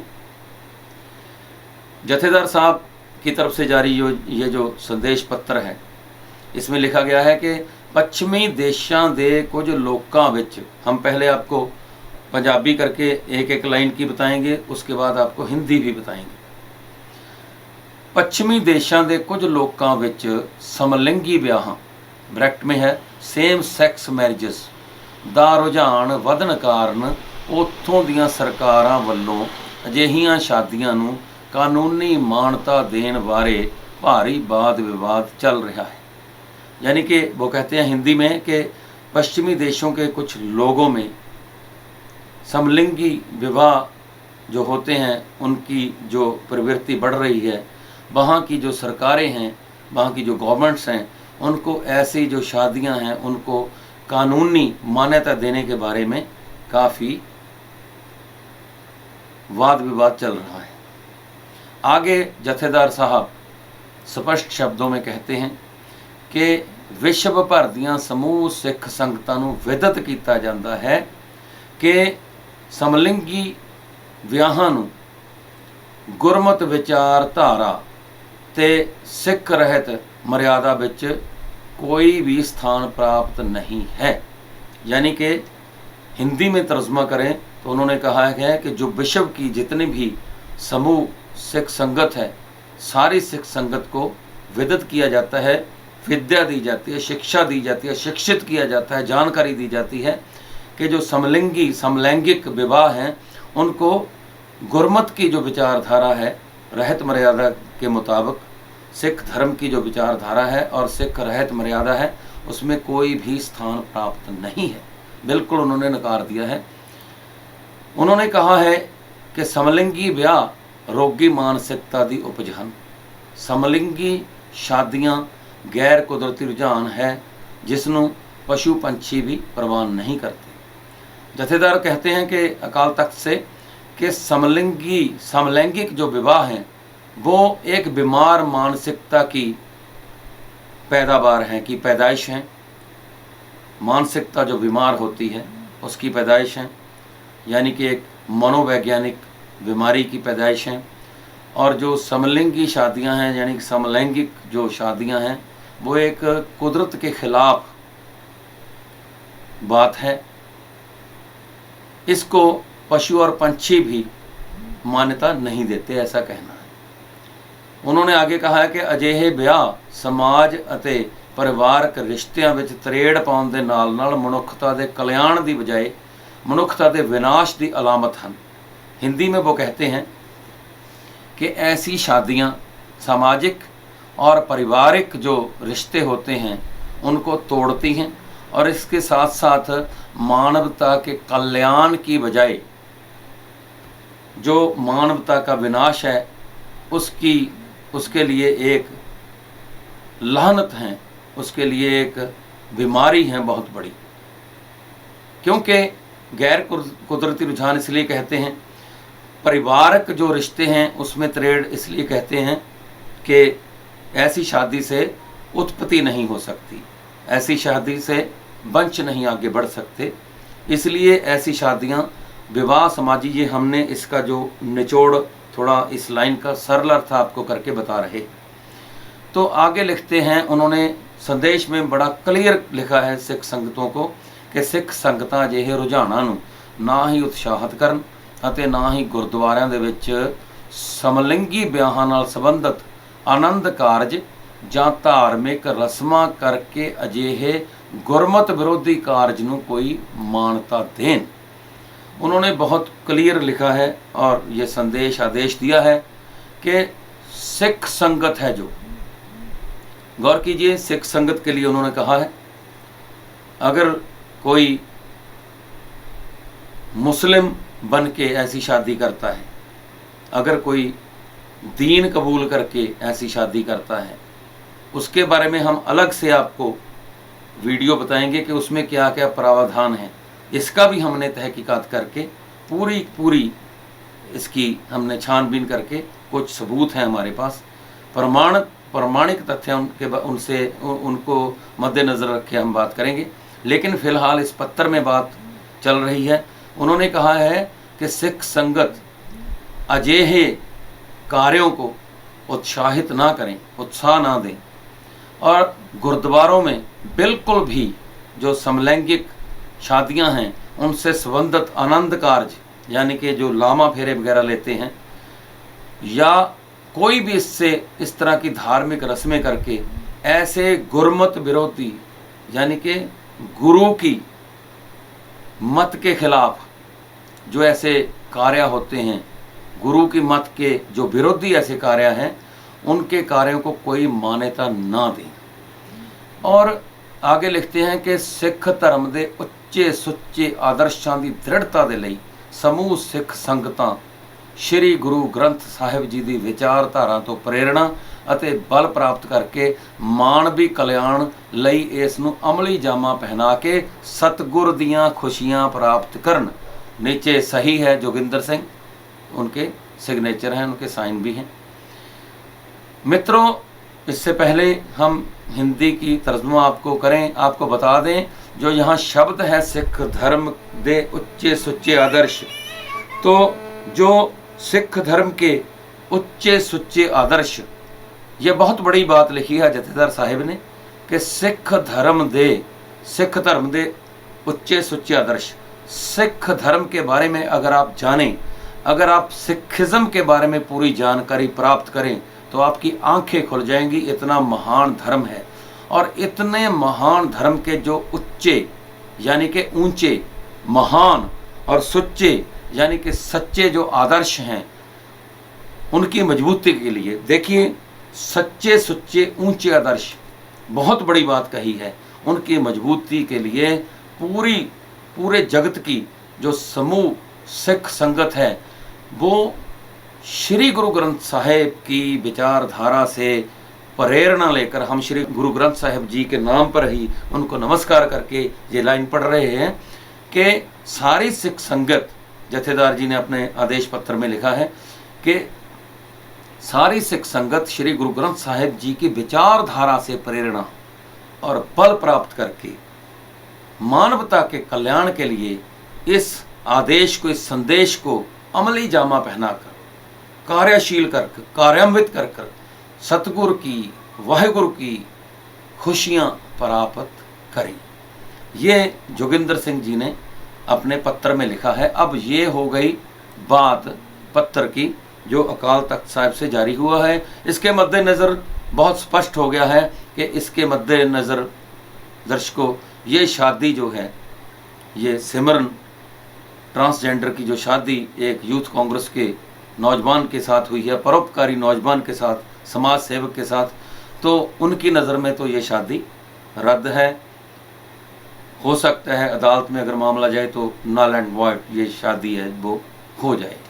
ये आगे की प्रक्रिया है अगर कोई इस पर कार्रवाई करता है। लेकिन इसमें और बता दें कि अगर कोई इस तरह की रहत मर्यादा का उल्लंघन करता है, तो रहत मर्यादा को उल्लंघन करते हुए अगर समाज में जो सिख संगतें हैं करोड़ों की संख्या में, तो अगर सिख संगतों को उस चीज़ से उनके मन में कोई ठेस पहुंचती है, उनकी धार्मिक इस तरह के अकीदों को, अकादत को ठेस पहुंचती है, तो इसके लिए कानून में प्रावधान है। अगर कोई किसी की धार्मिक भावना को ठेस पहुंचाता है, उसमें 295A इंडियन पीनल कोड 1860 की सेक्शन 295A के अंतर्गत दंडित किया जाता है। दंडनीय अपराध है और काबिल समायत है, और पुलिस जो है उसमें कॉग्निजेंस ले सकती है, पुलिस इसमें कार्रवाई कर सकती है। इसमें जेल का सज़ा का भी प्रावधान है अगर कोई इस तरह सिख संगत की धार्मिक भावनाओं को ठेस पहुंचाता है। अब बड़ी पेचीदा स्थिति पैदा हो गई है। हालांकि उस बेचारे नौजवान ने, यूथ कांग्रेस के नौजवान ने, पहले भी ये नौजवान समाज सेवा करते हुए काफ़ी चर्चा का विषय बन चुका है। समाज सेवा करते करते इस कांग्रेस के नौजवान को बहुत ही दुख तकलीफ़ें उठानी पड़ी हैं, और अब भी ये कुछ हमें सज्जनों ने बताया है। वो क्या दुख तकलीफ़ें हैं ये हम इस समय वर्णन नहीं कर सकते, क्योंकि सब्जेक्ट कोई और है। लेकिन इस सरपंच ने, सज्जन ने, सरपंच है या जो भी है, लोग कहते हैं, कई बार नाम भी हो जाता है, कई बार डेजिग्नेशन होता है सरपंच, कई बार घर वाले भी सरपंच बुलाते हैं। ये अभी छानबीन का विषय, हम इस पे काम कर रहे हैं। लेकिन फ़िलहाल इस बेचारे ने अपनी तरफ से तो एक बेसहारा ट्रांसजेंडर को, जो गलियों में, धूप में, सर्दियों में, बारिशों में घर घर से मांग मांग कर, नाच नाच कर, ढोलक पे अपना लोगों को मन परचावा मनोरंजन करके जो अपने पेट पालता था, उसकी तकलीफ़ों से निजात दिलाने के लिए इस बेचारे परोपकारी ने तो एक बहुत अच्छा कार्य किया। लेकिन ये मामला पेचीदा हो चुका है। अब ये भी नहीं कह सकते, क्योंकि सिमरन की तरफ से भी ये कई बार लोग बताते हैं, कहा जा रहा है कि ये हमारा आपसी मामला है, मेरा और हमारे वो परमेश्वर हैं उनका मामला है, पति परमेश्वर और पत्नी के बीच का मामला है। लेकिन ये वो मामला नहीं रहा कि मियाँ बीबी राजी तो क्या करेगा काजी। इसमें धार्मिक लोगों की दखलंदाजी हो गई है, हो सकती है।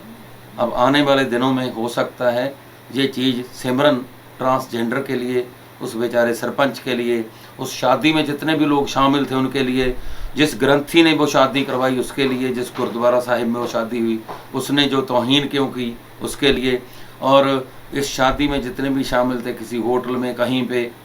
और ये भी हो सकता है कि कल को जो इस केस में अगर इस केस में कोई कार्रवाई होती है तो बचने के लिए ये भी कह सकते हैं कि हमें तो ये बताया गया था कि ये लड़की है, ट्रांसजेंडर नहीं। ये भी कहा जा सकता है, कुछ लोग कह सकते हैं। लेकिन मामला बड़ा खतरनाक रुख अख्तियार कर सकता है, क्योंकि मामला सिख जगत की भावनाओं से जुड़ गया है। अगर कोई भी सिख संस्था, कोई भी सिख जगत से जुड़ा हुआ व्यक्ति हमारे चैनल गल पंजाब दी टीवी के ऑफिस में आकर चर्चा करना चाहें, या कोई सिमरन ट्रांसजेंडर के पक्ष में कोई इसके बारे में चर्चा करना चाहे, तो हमारे चैनल में उसका स्वागत है। वो अपनी अपनी दलीलें दे सकते हैं। हम एक अपने दर्शकों के लिए, लोगों की जानकारी प्राप्त करने के अधिकार की रक्षा के लिए ये सारी चर्चा भी अपने टीवी पर चलाएंगे। और लेकिन अगर हम कानूनी पहलू को एक तरफ रख दें, धार्मिक मान्यताओं की बात ना करें, अगर हम बात करें सामाजिक बातों की, तो अगर एक बच्चा जिसके मन में ये भावनाएं अंगड़ाइयाँ लेने लगी कि मैंने तो और कोई औरतों की तरह ही किसी लड़के से संबंध बनाने हैं, उसकी इच्छा पैदा हो गई कि मैंने तो एक मर्द के साथ एक रूम में रहना है, एक कमरे में रहना है, उसकी सेवा करनी है, उसके परिवार की सेवा करनी है, एक लड़के के साथ साड़ी बांध के घूमना है, एक लड़के के साथ मैंने दाढ़ी मूछ मुड़ा के घूमना है। एक लड़के के साथ मैंने अपनी शारीरिक जो भूख है उसको शांत करना है। अगर किसी भी के मन में ये बात आ जाए और वो किसी लड़के के साथ ऐसे पत्नी के तौर पर रहना चाहे, तो अगर वो उस लड़के के जिससे शादी हुई है उसके परिवार की सेवा करना चाहे, गृहस्थ जीवन में पारिवारिक लाइफ को एंजॉय करना चाहे, तो समाज को चाहिए उसको उसके ससुराल में रहकर उसके अगर बूढ़े सास ससुर हों उनकी लात पैर दबाकर उनकी सेवा करनी चाहिए। बुढ़ापे में अपने पति की सेवा करनी चाहिए, अपने पति का लिए खाना बनाना चाहिए। उसके मन में एक कोमल भावनाएं पैदा होती हैं, अगर हो रही हैं तो, कि उसने अपने हाथों से अपने पति को खाना खिलाना है, अपने पति को दूध का गिलास देना है, अपने सास ससुर की टांगें दबानी है, मालिश करनी है, एक अच्छी पत्नी होने का सबूत देना है। समाज में एक पत्नी के तौर पर किसी के घर में परमानेंटली रहना है तो उसको रहने देना चाहिए, हमारा तो ये कहना है।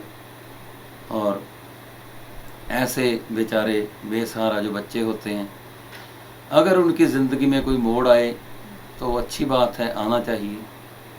और हम खैर उस लड़के की भी हिम्मत की, हौसले की तारीफ़ करेंगे कि जिसने एक ऐसे बेसहारा बच्चे को, जो गलियों गलियों में घूम कर बेचारा मांग कर बेचारा अपना पेट पालता था, ऐसे बच्चे का हाथ पकड़ा, उसका सहारा बना, तो हम उसकी तारीफ़ ही करेंगे उसकी, क्योंकि उसका तो यही कसूर था कि उसने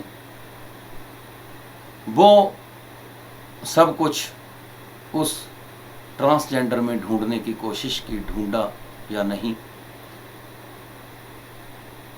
उस ट्रांसजेंडर में औरत की हर खूबी ढूंढने की कोशिश की और समाज के आगे एक उदाहरण बनने की कोशिश की।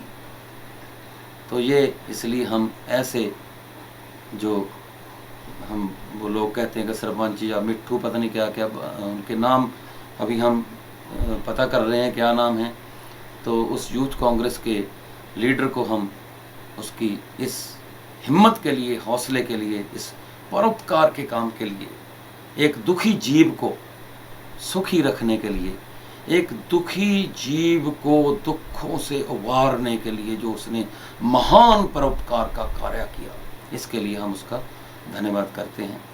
दोस्तों, आपसे गुजारिश है कि हमारे चैनल गल पंजाब दी टीवी को यूट्यूब पर सब्सक्राइब जरूर करें और इस वीडियो के बारे में अपने बेझिझक कमेंट्स इस वीडियो में जरूर दर्ज करें दोस्तों। साथ ही साथ बेल आइकन का बटन भी दबाएं ताकि आपको नए नए नोटिफिकेशन मिलते रहें और ऐसे ऐसे परोपकारियों के किस्सों से हम आपको परिचित करवाते रहें। आगे भी आपको काफ़ी कुछ बताएंगे आने वाले दिनों में। आपसे यही गुजारिश है और इस वीडियो को आगे आगे दोस्तों वायरल कर दें, शेयर जरूर करें। आपका बहुत बहुत शुक्रिया होगा। देखते रहें गल पंजाब दी टीवी, बात हमारी और हम सब की। ਦੋਸਤੋ, ਸਾਡੇ ਲਈ ਮਾਣ ਦੀ ਗੱਲ ਹੈ ਕਿ ਤੁਸੀਂ ਹਰ ਰੋਜ਼ ਗੱਲ ਪੰਜਾਬ ਦੀ ਟੀਵੀ ਦੇਖਦੇ ਹੋ। ਇੱਕ ਗੁਜ਼ਾਰਿਸ਼, ਚੈਨਲ ਨੂੰ YouTube ਤੇ ਸਬਸਕ੍ਰਾਈਬ ਜ਼ਰੂਰ ਕਰੋ ਅਤੇ ਰੋਜ਼ਾਨਾ ਨੋਟੀਫਿਕੇਸ਼ਨ ਦੇ ਲਈ ਬੈਲ ਆਈਕਨ ਜ਼ਰੂਰ ਦਬਾਓ। ਦੇਸ਼ ਅਤੇ ਦੁਨੀਆ ਦੀ ਜ਼ਿਆਦਾ ਜਾਣਕਾਰੀ ਲਈ ਤੁਸੀਂ ਜੁੜੇ ਰਹੋ ਗੱਲ ਪੰਜਾਬ ਦੀ ਟੀਵੀ ਦੇ ਨਾਲ।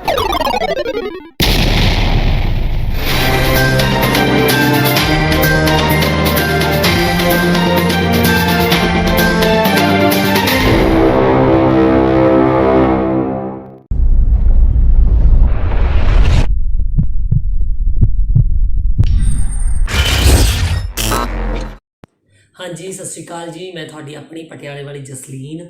ਕਈ ਦਿਨਾਂ ਤੋਂ ਇੱਕ ਮਸਲਾ ਬੜਾ ਭਖਦਾ ਆ ਰਿਹਾ ਨਾ, ਮੈਂ ਸੋਚਿਆ ਅੱਜ ਉਹਦੇ 'ਤੇ ਗੱਲਬਾਤ ਕਰਾਂ, ਡਿਬੇਟ ਕਰਾਂ, ਗੱਲ ਕਰਾਂ ਤੁਹਾਡੇ ਨਾਲ ਸਾਰਿਆਂ ਨਾਲ, ਹੈ ਨਾ, ਕਿ ਗੁਰਪ੍ਰੀਤ ਥਿੰਦਿਕ ਪਟਿਆਲੇ ਤੋਂ ਇੱਕ ਆਮ ਆਦਮੀ ਪਾਰਟੀ ਦਾ ਕੈਂਡੀਡੇਟ ਆ ਨਾ, ਜਿਹੜਾ ਦਲਿਤ ਕੁੜੀਆਂ ਨੂੰ, ਜਿਹੜੀਆਂ ਕਿ ਬਾਲਮੀਕੀ ਸਮਾਜ ਦੀਆਂ ਕੁੜੀਆਂ ਨੇ, ਨੌਜਵਾਨ ਮੇਰੀਆਂ ਭੈਣਾਂ ਨੇ ਨਾ, ਉਹਨਾਂ ਨੂੰ ਕਿੰਨੀ ਭੱਦੀ ਸ਼ਬਦਾਵਲੀ, ਗੰਦੀ ਸ਼ਬਦਾਵਲੀ ਵਰਤ ਕੇ ਹਨਾ ਫੇਸਬੁੱਕ ਤੇ ਜਾਂ ਉਹਨਾਂ ਦੇ ਪਰਸਨਲ ਅਕਾਊਂਟਾਂ ਤੇ ਜਾ ਕੇ ਉਹਨਾਂ ਨੂੰ ਗਾਲਾਂ ਕੱਢਦਾ, ਉਹਨਾਂ ਬਾਰੇ ਮਾੜਾ ਚੰਗਾ ਬੋਲਦਾ ਵੀ ਇਹ ਕਿਉਂ ਹਰਕਤਾਂ ਕਰੀਆਂ ਜਾ ਰਹੀਆਂ? ਕਿ ਆਮ ਆਦਮੀ ਪਾਰਟੀ ਇਸ ਕੰਮਾਂ ਵਾਸਤੇ ਬਣੀ ਆ ਪੰਜਾਬ 'ਚ ਵੀ ਜਿਹੜੇ ਕੈਂਡੀਡੇਟ ਨੇ ਹਾਲ ਹੈ ਉਹ ਇਹ ਕੁਝ ਕਰਿਆ ਕਰਨਗੇ ਹਨਾ? ਕਦੇ ਕਹਿੰਦੇ ਨੇ ਉਹ ਲੁੱਚਾ ਸਿੰਘ ਨੂੰ ਅਸੀਂ ਪਾਰਟੀ 'ਚ ਲੈ ਲੈਣਾ, ਇੱਧਰ ਗੁਰਪ੍ਰੀਤ ਸਿੰਧ ਕਹਿ ਰਹੇ ਆ ਨਾ ਕਿ ਇਹ ਆਮ ਆਦਮੀ ਪਾਰਟੀ ਇਸ ਕੰਮਾਂ ਵਾਸਤੇ ਬਣੀ ਆ। ਬੇਟਾ ਜਸਲੀਨ ਤੁਹਾਡੇ ਵਾਸਤੇ ਹੀ ਬੈਠੀ ਆ, ਤੁਹਾਡੀ ਸਿੰਗੀ ਨੱਪਣ ਵਾਸਤੇ ਹੀ ਬੈਠੀ, ਜਿਹੜੇ ਤੁਹਾਡੀ ਸੰਗ 'ਚੋਂ ਗੰਦੀਆਂ ਆਵਾਜ਼ਾਂ ਨਿਕਲਦੀਆਂ ਨੇ ਇਹਨਾਂ ਨੂੰ ਬੰਦ ਕਰਨ ਵਾਸਤੇ ਜਸਲੀਨ ਬੈਠੀ ਆ। ਇਹ ਨਾ ਸੋਚਿਓ ਵੀ ਉਹਨਾਂ ਕੁੜੀਆਂ ਨੇ ਕੁਝ ਕਹਿਣਾ ਨਹੀਂਗਾ, ਉਹਨਾਂ ਕੁੜੀਆਂ ਨਾਲ ਮੈਂ ਬੈਠੀ ਆ। ਹਿੰਮਤ ਆ ਕਿਸੇ ਚੱਜ ਦੇ ਨਾਲ ਬਰਾਬਰ ਦੇ ਨਾਲ ਟੱਕਰ ਲਓ, ਮੈਂ ਤਾਂ ਤੁਹਾਨੂੰ ਮਰਦ ਤੁਹਾਨੂੰ ਤਾਂ ਮੰਨੂਗੀ ਜੇ ਤੁਸੀਂ ਕਿਸੇ ਬਰਾਬਰ ਦੇ ਨਾਲ ਟੱਕਰ ਲਓਗੇ। ਗੁਰਪ੍ਰੀਤ ਸਿੰਧ ਤੈਨੂੰ ਕਹਿਣੀ ਆ ਉਹ ਸਮਝਦਾਰ ਬਣ ਜਾ, ਨਹੀਂ ਤਾਂ ਫਿਰ ਦੇਖ ਲੈ ਤੇਰਾ ਕਿਆ ਹਾਲ ਕਰੂੰਗੀ। ਜਿੱਥੇ ਬੇਟਾ ਮਿਲ ਗਿਆ ਉੱਥੇ ਹੀ ਤੇਰਾ ਹਾਲ ਕਰੂੰਗੀ। ਫਿਰ ਨਾ ਮੈਨੂੰ ਕਹੀਂ ਜਸਲੀਨ ਕਹਿੰਦੇ ਨੇ ਪਟਿਆਲੇ ਵਾਲੀ, ਜਸਲੀਨ ਤਾਂ ਜੰਮੀ ਹੋਈ ਇਸ ਕੰਮਾਂ ਵਾਸਤੇ, ਤੇਰੇ ਵਰਗਿਆਂ ਦੇ ਮੂੰਹ ਬੰਦ ਕਰਨ ਵਾਸਤੇ। ਅੱਜ ਦੀ ਸਪੈਸ਼ਲ ਇੰਟਰਵਿਊ ਮੈਂ ਗੁਰਪ੍ਰੀਤ ਸਿੰਧ ਵਾਸਤੇ ਕਰੀ ਆ ਕਿ ਆਮ ਆਦਮੀ ਪਾਰਟੀ ਵਾਲੇ ਇਹ ਝੰਡਾ ਲੈ ਕੇ ਚਲਾਉਂਦੇ ਨੇ ਵੀ ਲੋਕਾਂ ਦੀਆਂ ਧੀਆਂ ਭੈਣਾਂ ਬਾਰੇ ਗਲਤ ਬੋਲੋ ਜੀ, ਇਹਨਾਂ ਦਾ ਇਹ ਪਰਪਸ ਆ। ਜੇ ਅਰਵਿੰਦਰ ਕੇਜਰੀਵਾਲ ਜਾਂ ਭਗਵੰਤ ਮਾਨ ਨੂੰ ਜਾਂ ਹੋਰ ਜਿਹੜੇ ਆਪਣੇ ਆਪ ਨੂੰ ਬਹੁਤ ਸੀਨੀਅਰ ਬੰਦੇ ਕਹਾਉਂਦੇ ਨੇ ਆਮ ਆਦਮੀ ਪਾਰਟੀ ਦੇ, ਜਿਹਨਾਂ ਨੂੰ ਪਤਾ ਲੱਗੇ ਵੀ ਸਾਡੇ ਕੈਂਡੀਡੇਟ ਦਾ ਲੋਕਾਂ ਦੀਆਂ ਧੀਆਂ ਭੈਣਾਂ ਵਾਸਤੇ ਇੱਕਣ ਬੋਲਦੇ ਨੇ ਕਿ ਉਹਨਾਂ ਤੇ ਇੰਪ੍ਰੈਸ਼ਨ ਪਊ ਲੋਕਾਂ 'ਚ ਜ਼ੀਰੋ ਹੋ ਗਈ ਆਮ ਆਦਮੀ ਪਾਰਟੀ। ਇਹ ਯਾਦ ਰੱਖਿਓ, ਔਰ ਜ਼ੀਰੋ ਕਰਕੇ ਛੱਡਾਂਗੇ ਅਸੀਂ, ਤੌਬਾ ਕਰਾ, ਆਮ ਆਦਮੀ ਪਾਰਟੀ ਵੀ ਖਤਮ ਆ।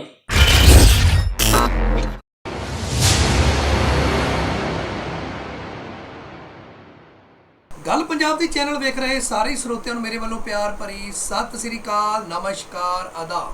ਦੋਸਤੋ, ਪਿਛਲੇ ਕੁਝ ਦਿਨਾਂ ਤੋਂ ਪਟਿਆਲਾ ਦੇ ਵਿੱਚ ਕਿੰਨਰ ਸਮਾਜ ਦੇ ਵਿੱਚ ਆਪਸੀ ਜਿਹੜਾ ਵਿਵਾਦ ਹੈ ਚੱਲ ਰਿਹਾ, ਜਿਸ ਨੂੰ ਲੈ ਕੇ ਡੇਰੇ ਤੇ ਕਬਜ਼ਾ ਵੀ ਕੀਤਾ ਗਿਆ ਤੇ ਮਾਮਲਾ ਜਿੱਥੇ ਪੁਲਿਸ ਦੇ ਦਰਬਾਰ ਵਿੱਚ ਪਹੁੰਚਿਆ ਉੱਥੇ ਹੀ ਇਹ ਮਾਮਲਾ ਹੁਣ ਮੁੱਖ ਮੰਤਰੀ ਦੇ ਦਰਬਾਰ ਤੱਕ ਵੀ ਪਹੁੰਚ ਚੁੱਕਿਆ। ਲੇਕਿਨ ਦੋਨਾਂ ਸਮਾਜ ਦੇ ਵਿੱਚ ਆਪਸੀ ਕਿਤੇ ਨਾ ਕਿਤੇ ਟੈਕਨੋਲੋਜੀ ਦੇ ਜ਼ਰੀਏ ਇੱਕ ਦੂਜੇ ਨੂੰ ਜਿਹੜੇ ਕਮੈਂਟਸ ਨੇ ਉਹ ਕੱਸੇ ਜਾ ਰਹੇ ਨੇ। ਮੇਰੇ ਨਾਲ ਨੇ ਕਿੰਨਰ ਸਮਾਜ ਦੇ ਵਿੱਚੋਂ ਅਸ਼ਲੀਨ ਜੀ, ਤੇ ਅਸ਼ਲੀਨ ਜੀ ਨਾਲ ਗੱਲ ਕਰਾਂਗੇ। ਅਸ਼ਲੀਨ ਜੀ, ਤੁਹਾਡਾ ਪਹਿਲਾਂ ਤੇ ਸਵਾਗਤ ਕਰਦੇ ਹਾਂ ਆਪਣੇ ਚੈਨਲ ਦੇ ਵਿੱਚ।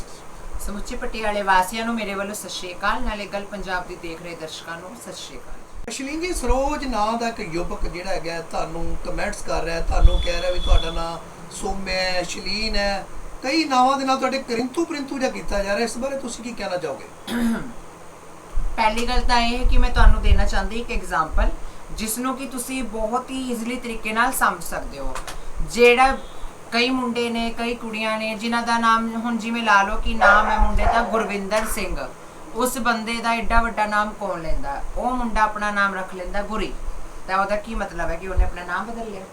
ਗੁਰਵਿੰਦਰ ਸਿੰਘ ਤੋਂ ਜੇ ਆਪਣਾ ਨਾਮ ਗੁਰੀ ਕਰ ਲਿਆ, ਉਹ ਇਸ ਕਰਕੇ ਕੀਤਾ ਭਾਵੇਂ ਸ਼ੋਰਟ ਹੋ ਜਾਵੇ। ਮੇਰਾ ਨਾਮ ਇੱਕ ਹੀ ਹੈ, ਮੇਰਾ ਪੂਰਾ ਨਾਮ ਹੈ ਸੌਮਿਆ ਐਸ਼ਲੀਨ। ਹੁਣ ਭਾਵੇਂ ਤੁਸੀਂ ਮੈਨੂੰ ਸੌਮਿਆ ਜੀ ਕਹਿ ਲਓ, ਤੁਸੀਂ ਮੈਨੂੰ ਐਸ਼ਲੀਨ ਕਹਿ ਲਓ, ਤੁਸੀਂ ਮੈਨੂੰ ਐਸ਼ ਜੀ ਕਹਿ ਲਓ, ਹੁਣ ਉਹ ਆਪਣੀ ਆਪਣੀ ਗੱਲਾਂ ਹੁੰਦੀਆਂ। ਮੇਰਾ ਕੋਈ ਬਹੁਤ ਸਾਰੇ ਨਾਮ ਨਹੀਂ, ਮੇਰਾ ਇੱਕੋ ਹੀ ਨਾਮ ਹੈ, ਮੇਰਾ ਫੁੱਲ ਨਾਮ ਹੈ ਸੌਮਿਆ ਐਸ਼ਲੀਨ। ਅਸ਼ਲੀਨ ਜੀ, ਆਪਾਂ ਗੱਲ ਕਰਾਂਗੇ ਮਹੰਤ ਸਮਾਜ ਦੀ, ਕਿਉਂਕਿ ਉਹਨਾਂ ਦਾ ਵੀ ਆਪਣਾ ਜੀਵਨ ਹੈ, ਆਪਣੇ ਢੰਗ ਨਾਲ ਜਿਹੜੀ ਜੀਵਨ ਸ਼ੈਲੀ ਹੈ। ਆਪਾਂ ਗੱਲ ਕਰਾਂਗੇ ਤੁਹਾਡੇ ਵਿੱਚ ਜਿਹੜਾ ਗੁਰੂ ਤੇ ਚੇਲੇ ਦਾ ਜਿਹੜਾ ਰਿਸ਼ਤਾ ਹੈ ਉਹ ਕਿੱਦਾਂ ਦਾ ਹੁੰਦਾ ਹੈ? पहली गल तो मैं अपने गुरुओं को अपने रब से भी अपने माँ बाप से ज़्यादा समझती हूँ, क्योंकि सारे शास्त्रों में जो है गुरुओं का वर्णन किया गया है। गुरुर ब्रह्मा गुरुर विष्णु गुरुदेवो महेश्वरा गुरु साक्षात पार ब्रह्म तस्मै श्री गुरुवे नमः। जो हमारे गुरुओं से जो हमारा प्यार होता है वो बहुत ही अनमोल होता है, क्योंकि पूरी दुनिया में डजेंट मैटर हम लोग खुद पढ़े लिखे लोग हैं। Reason that society nothing is equality in community, that's why we peoples like that. हमारे जो समाज में अगर हमें कोई प्यार या समानता देता है, जीने का हक देता है, या सिर पे नजायज़ औलाद को जायज़ करता है, तो वो हमारे गुरु होते हैं। तो गुरु और चेले का प्यार जो होता है वो उसको हम तोल नहीं सकते। जैसे कहते हैं अनमोल होते हैं, डायमंड के भी मोल होते हैं, लेकिन रिश्ते का प्यार का कोई मोल नहीं होता अपने आप में। हाँ जी, गुरु चेले का जो है वो अनमोल प्यार है, बहुत ही कह सकते हैं भी यूनियन इज स्ट्रेंथ, वो वाला प्यार है गुरु से चेले का आपस। महंत समाज की आप गल करिए, जिद्दां कि एक दुनियावी मनुखता आपस में मैं लड़ते वेखे ने, लेकिन डेरियां का जिहड़ा विवाद चलिया इहदे च किते ना किते जिहड़े लोग ने, जिहड़ा समाज है वो भी सोच रहा भी आखिर विवाद क्यों होया। तुसीं की मानते हो भी इस विवाद दे विच मुख जिहड़े हैगे ने दोषी कौन ने? इस विवाद के जिहड़े मुख दोषी है वो ये कन्फर्म है कि सिमरन और उसके साथ जितने गुप्त गैंग नशेड़ी या फिर बदमाश जड़े अपना गैंग कहते हैं, जो भी इसके साथ लगकर आया सिमरन के साथ में, ये दोषी ने। जो कोई नॉर्मल बंदा अपना सवेरे नहा धो के फ्रैश होके रोटी खान लग गया उदों एकदम कोई घरे आ जाए, अगर सिमरन ਮੰਤ ਸੀ ਤੇ ਮੰਤਾਂ ਦੇ ਵਿੱਚ ਬਿਰਾਦਰ ਵਿੱਚ ਬੈਠ ਕੇ ਸ਼ਲੀਨ ਜੀ ਇੱਕ ਮੈਂ ਗੱਲ ਕਰਨਾ ਚਾਹਾਂਗਾ ਵੀ ਸਿਮਰਨ ਜਿਹੜੀ ਹੈਗੀ ਹੈ ਕੁਝ ਪਿਛਲੇ ਕੁਝ ਸਮੇਂ ਤੋਂ ਜਿਹੜਾ ਹੈਗਾ ਮਹੰਤ ਦੇ ਤੌਰ ਤੇ ਵਿਚਰ ਰਹੀ ਹੈ, ਪਟਿਆਲੇ ਦੇ ਲੋਕਾਂ ਨੂੰ ਪਤਾ ਹੈ, ਲੇਕਿਨ ਇੱਕਦਮ ਇਹ ਜਿਹੜੇ ਗੱਲਾਂ ਸਾਹਮਣੇ ਆ ਰਹੇ ਨੇ, ਖੁਲਾਸੇ ਹੋ ਰਹੇ ਨੇ, ਇਹਦੇ ਪਿੱਛੇ ਕੀ ਕਾਰਨ ਹੈ? ਜਿਹੜਾ ਇਹ ਤੁਸੀਂ ਮੈਨੂੰ ਸਵਾਲ ਕੀਤਾ ਹੈ ਨਾ ਵੀ ਜਿਹੜੇ ਆਏ ਦਿਨ ਖੁਲਾਸੇ ਹੋ ਰਹੇ ਨੇ ਇਹਨਾਂ ਦੇ ਪਿੱਛੇ ਦੋਸ਼ੀ ਕੌਣ ਹੈ, ਤੇ ਇਹਦੇ ਪਿੱਛੇ ਜਿਹੜਾ ਦੋਸ਼ੀ ਹੈ ਉਹ ਸਿਮਰਨ ਆਪ ਹੀ ਹੈ। ਮੰਨਿਆ ਕਿ ਸਿਮਰਨ ਮੰਤ ਵਿਚਰ ਰਿਹਾ, ਕਦੇ ਆਪਣੇ ਆਪ ਨੂੰ ਟਰਾਂਸਜੈਂਡਰ ਕਹਿ ਲਿਆ। ਚਲੋ ਜੇ ਅਸੀਂ 377 ਨੂੰ ਲੈ ਕੇ ਗੱਲ ਕਰੀਏ ਤੇ ਜੇ ਅਗਰ ਟਰਾਂਸਜੈਂਡਰ ਵਿਆਹ ਕਰਾ ਸਕਦੇ ਨੇ ਤੇ ਜਿਹੜਾ ਉਹਦਾ ਹਸਬੈਂਡ ਉਹਦਾ ਫਰਜ਼ बनता है कि आफ्टर मैरिज उसकी देखभाल करे, उसको खिलाए पिलाए, उसका सारा खर्चा अफोर्ड करे। ਉਸ ਤੋਂ ਬਾਅਦ ਵੀ ਉਹਦਾ ਕੀ ਫਾਇਦਾ ਜੇ ਵਿਆਹ ਕਰਨ ਤੋਂ ਬਾਅਦ ਵੀ ਉਹਨੂੰ ਢੋਲਕੀ ਵਜਾ ਕੇ ਮੰਗਣਾ ਪੈਣਾ, ਨੱਚਣਾ ਪਵੇ। ਬਿਲਕੁਲ ਤੁਹਾਡੀ ਗੱਲ ਦੇ ਵਿੱਚ ਵਜਨ ਇਸ ਵਿੱਚ ਬਿਲਕੁਲ। ਤੇ ਇਹ ਚੀਜ਼ਾਂ ਮੈਂ ਕਹਿਣਾ ਚਾਹੁੰਦੀ ਵੀ ਫਿਰ ਕੀ ਫਾਇਦਾ ਇਹੋ ਜਿਹੇ ਵਿਆਹਾਂ ਦਾ? ਜਾਂ ਹੋ ਸਕਦਾ ਵਿਆਹ ਤੋਂ ਬਾਅਦ ਉਹਦੇ ਦਿਲ 'ਚ ਲਾਲਚ ਆ ਗਿਆ ਹੋਵੇ ਜਾਂ ਉਹਦੇ ਹਸਬੈਂਡ ਦੇ ਦਿਲ 'ਚ ਲਾਲਚ ਆ ਗਿਆ ਹੋਵੇ ਤਾਂ ਉਹਨਾਂ ਨੇ ਦੁਬਾਰਾ ਅਟੈਕ ਕੀਤਾ 3 ਕਰੋੜ ਲੈਣ ਤੋਂ ਬਾਅਦ ਵੀ। ਸ਼ਲੀਨ ਜਿਹੜਾ ਐਪੀਸੋਡ ਰਾਜਪੁਰਾ ਦੇ ਵਿੱਚ ਹੋਇਆ ਹੈ ਉਹਦੇ ਵਿੱਚ ਬਹੁਤ ਸਾਰੀਆਂ ਅਖਬਾਰਾਂ ਦੇ ਵਿੱਚ ਸੋਸ਼ਲ ਮੀਡੀਆ ਦੇ ਵਿੱਚ ਗੱਲਾਂ ਸਾਹਮਣੇ ਆਈਆਂ ਤੇ ਸਿਮਰਨ ਨੇ ਦੋਸ਼ ਲਾਏ ਵੀ ਉਹਦੇ ਉੱਤੇ ਵਾਲ ਕੱਟੇ ਗਏ ਨੇ, ਉਹਦੇ ਨਾਲ ਧੱਕਾਸ਼ਾਹੀ ਕੀਤੀ ਗਈ ਹੈ। ਤੁਹਾਡਾ ਕੀ ਮੰਨਣਾ ਇਸ ਮਾਮਲੇ ਦੇ ਵਿੱਚ? ਦੇਖੋ ਜੀ, ਕਿੰਨਰ ਸਮਾਜ ਦੇ ਵਿੱਚ ਇੱਕ ਪ੍ਰਾਵਧਾਨ ਹੁੰਦਾ ਹੈ, ਇੱਕ ਰੂਲ ਹੁੰਦਾ ਹੈ, ਹਰ ਸਮਾਜ ਦਾ ਆਪਣਾ ਇੱਕ ਰੂਲ ਹੁੰਦਾ ਹੈ। ਜਿਹੜਾ ਕਿੰਨਰ ਸਮਾਜ ਦਾ ਰੂਲ ਹੈ ਉਹ ਇਹ ਕਹਿੰਦਾ ਹੈ ਵੀ ਜਦੋਂ ਕੋਈ ਇਹੋ ਜਿਹੀ ਗਲਤੀਆਂ ਬਾਰ-ਬਾਰ ਕਰਦਾ ਹੈ ਉਹਨੂੰ ਬਕਾਇਦਾ ਪਨਿਸ਼ਮੈਂਟ ਦੇ ਤੌਰ ਤੇ ਉਹਦੇ ਸਿਰ ਨੂੰ ਪੂਰਾ ਗੰਜਾ ਕਰ ਦਿੱਤਾ ਜਾਂਦਾ, ਇੱਕ ਵੀ ਵਾਲ ਛੱਡੇ ਨਹੀਂ ਜਾਂਦੇ। ਨਾਲੇ ਤੁਸੀਂ ਸਿਮਰਨ ਨੂੰ ਦੇਖੋ, ਸਿਮਰਨ ਦੇ ਵਾਲ ਵੇਖ ਕੇ ਤਾਂ ਇਦਾਂ ਲੱਗਦਾ ਜਿਵੇਂ ਹੁਣੇ ਬਿਊਟੀ ਪਾਰਲਰ ਤੇ ਜਾ ਕੇ ਕਿਤੇ ਮੈਡਮ ਮੈਡੋਨਾ ਵਾਲੇ ਕਟਿੰਗ ਕਰਾ ਕੇ ਆਇਆ ਹੋਵੇ। ਨਾਲੇ ਦੂਜੀ ਗੱਲ, ਜੇ ਉਹ ਤੇ ਅਟੈਕ ਪ੍ਰੀ ਪਲੈਨਿੰਗ ਹੁੰਦਾ ਉਹਦੀਆਂ ਅੱਖਾਂ ਚੋਂ ਹਾਲੇ ਤੱਕ ਸੁਰਮਾ ਹੀ ਨਹੀਂ ਨਿਕਲਿਆ। ਤੁਸੀਂ ਗੌਰ ਨਾਲ ਵੇਖੋ ਤਾਂ ਸਹੀ, ਉਹਦੀ ਸੁਰਮਾ ਨਹੀਂ ਨਿਕਲਿਆ, ਉਹਦਾ ਮੇਕਅਪ ਨਹੀਂ ਹਾਲੇ ਤੱਕ ਮਿਟਿਆ। ਕੀ ਮਤਲਬ ਕਿੰਨਰ ਸਮਾਜ ਦੇ ਵਿੱਚ ਜਿਹੜਾ ਵਾਲ ਤੁਹਾਡੇ ਵੱਲੋਂ ਕੱਟਣ ਨੂੰ ਕਿੱਦਾਂ ਸਮਝਦੇ ਹੋ? ਜੇ ਤੁਹਾਡੇ ਕੋਲ ਕੋਈ ਫੜਿਆ ਜਾਂਦਾ, ਦੋਸ਼ੀ ਫੜਿਆ ਜਾਂਦਾ ਹੈ, ਕੀ ਇਦਾਂ ਦਾ ਤਾਂ ਕਿਸੇ ਕਿੰਨਰ समाज ने किया भी किसी बाल कट्टे हों? ऐसा बहुत ही कम चांस होता है क्योंकि जो भी डेरा समाज के साथ रहते हैं, गुरुओं के साथ रहते हैं, उनको इज्जत, लाज, शर्म, मर्यादा हर चीज़ की नॉलेज होती है। उसके अकॉर्डिंग वो कभी गलत काम नहीं करते।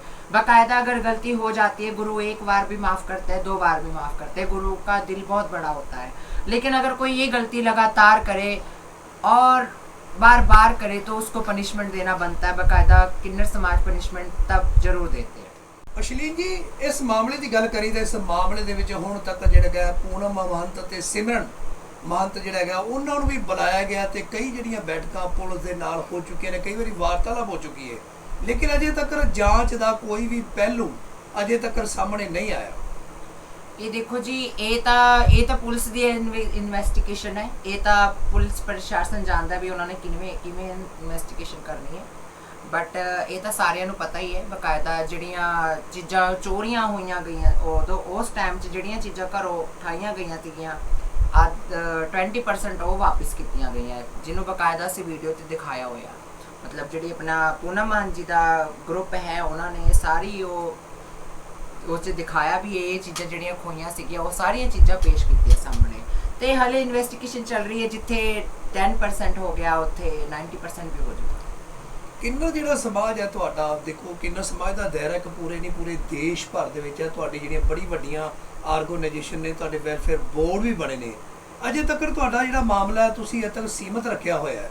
ਕੀ ਤੁਸੀਂ ਹਾਈ ਕਮਾਂਡ ਦੇ ਵਿੱਚ ਤੁਹਾਡਾ ਉੱਥੋਂ ਦਿੱਲੀ ਜਾਂ ਹੋਰ ਬੰਬੇ ਕਿਤੇ ਗੱਲਬਾਤ ਕੀਤੀ ਕਿੰਨਰ ਸਮਾਜ ਨਾਲ ਵੀ ਸਾਡੇ ਨਾਲ ਇਦਾਂ ਦਾ ਧੱਕਾ ਹੋ ਰਿਹਾ ਹੈ ਜਾਂ ਕੋਈ ਅੰਦੋਲਨ ਛੇੜਿਆ ਜਾਵੇ ਇਸ ਤਰ੍ਹਾਂ ਦਾ ਕੋਈ?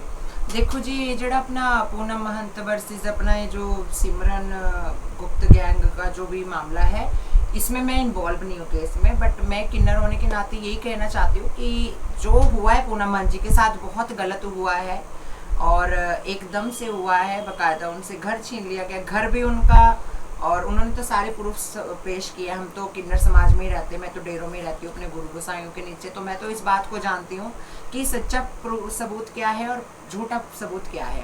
तो जो ये अपने पूनम महंत जी है, इन्होंने सारे सच्चे सबूत आगे रखे हैं, जो पूरे किन्नर समाज इसके गवाह है कि सारे सच्चे सबूत रखे। उसके बावजूद जो उनके साथ गलत हुआ है और बाकायदा सिमरन को अरेस्ट करना चाहिए, उस पर अपना कार्रवाई होनी चाहिए और सच का सच, सामने आ जाना चाहिए, सारे दूध का दूध पानी का पानी हो जाना चाहिए। मैं तो यही दुआ करती हूँ, फरियाद करती हूँ। ਅਸ਼ਲੀਨ ਜੀ ਆਪਾਂ ਗੱਲ ਕਰੀ ਇਸ ਐਪੀਸੋਡ ਤੋਂ ਬਾਅਦ ਜਿਹੜਾ ਕਿੰਨਰ ਜਿਹੜਾ ਸਮਾਜ ਹੈ, ਜਿਹੜੀ ਤੁਹਾਡੀ ਜਿਹੜੇ ਨਵੀਂ ਜਨਰੇਸ਼ਨ ਹੈ, ਜਿਹੜੇ ਨਵੇਂ ਕਿੰਨਰ ਨੇ ਅਡਾਪਟ ਕੀਤੇ ਹੋਏ ਨੇ ਜਾਂ ਉਹ ਅਜੇ ਪਲ ਰਹੇ ਨੇ ਜਾਂ ਉਹ ਕੰਮ ਸਿੱਖ ਰਹੇ ਨੇ, ਅਜੇ ਉਹਨਾਂ ਨੇ ਫੀਲਡ ਵਿੱਚ ਜਾਣਾ ਹੁੰਦਾ ਹੈ, ਤਾਂ ਇਸ ਐਪੀਸੋਡ ਦੇ ਨਾਲ ਉਹਨਾਂ ਦੇ ਮਨਾਂ ਤੇ ਕਿੰਨਾ ਕੁ ਗਹਿਰਾ ਪ੍ਰਭਾਵ ਪਿਆ?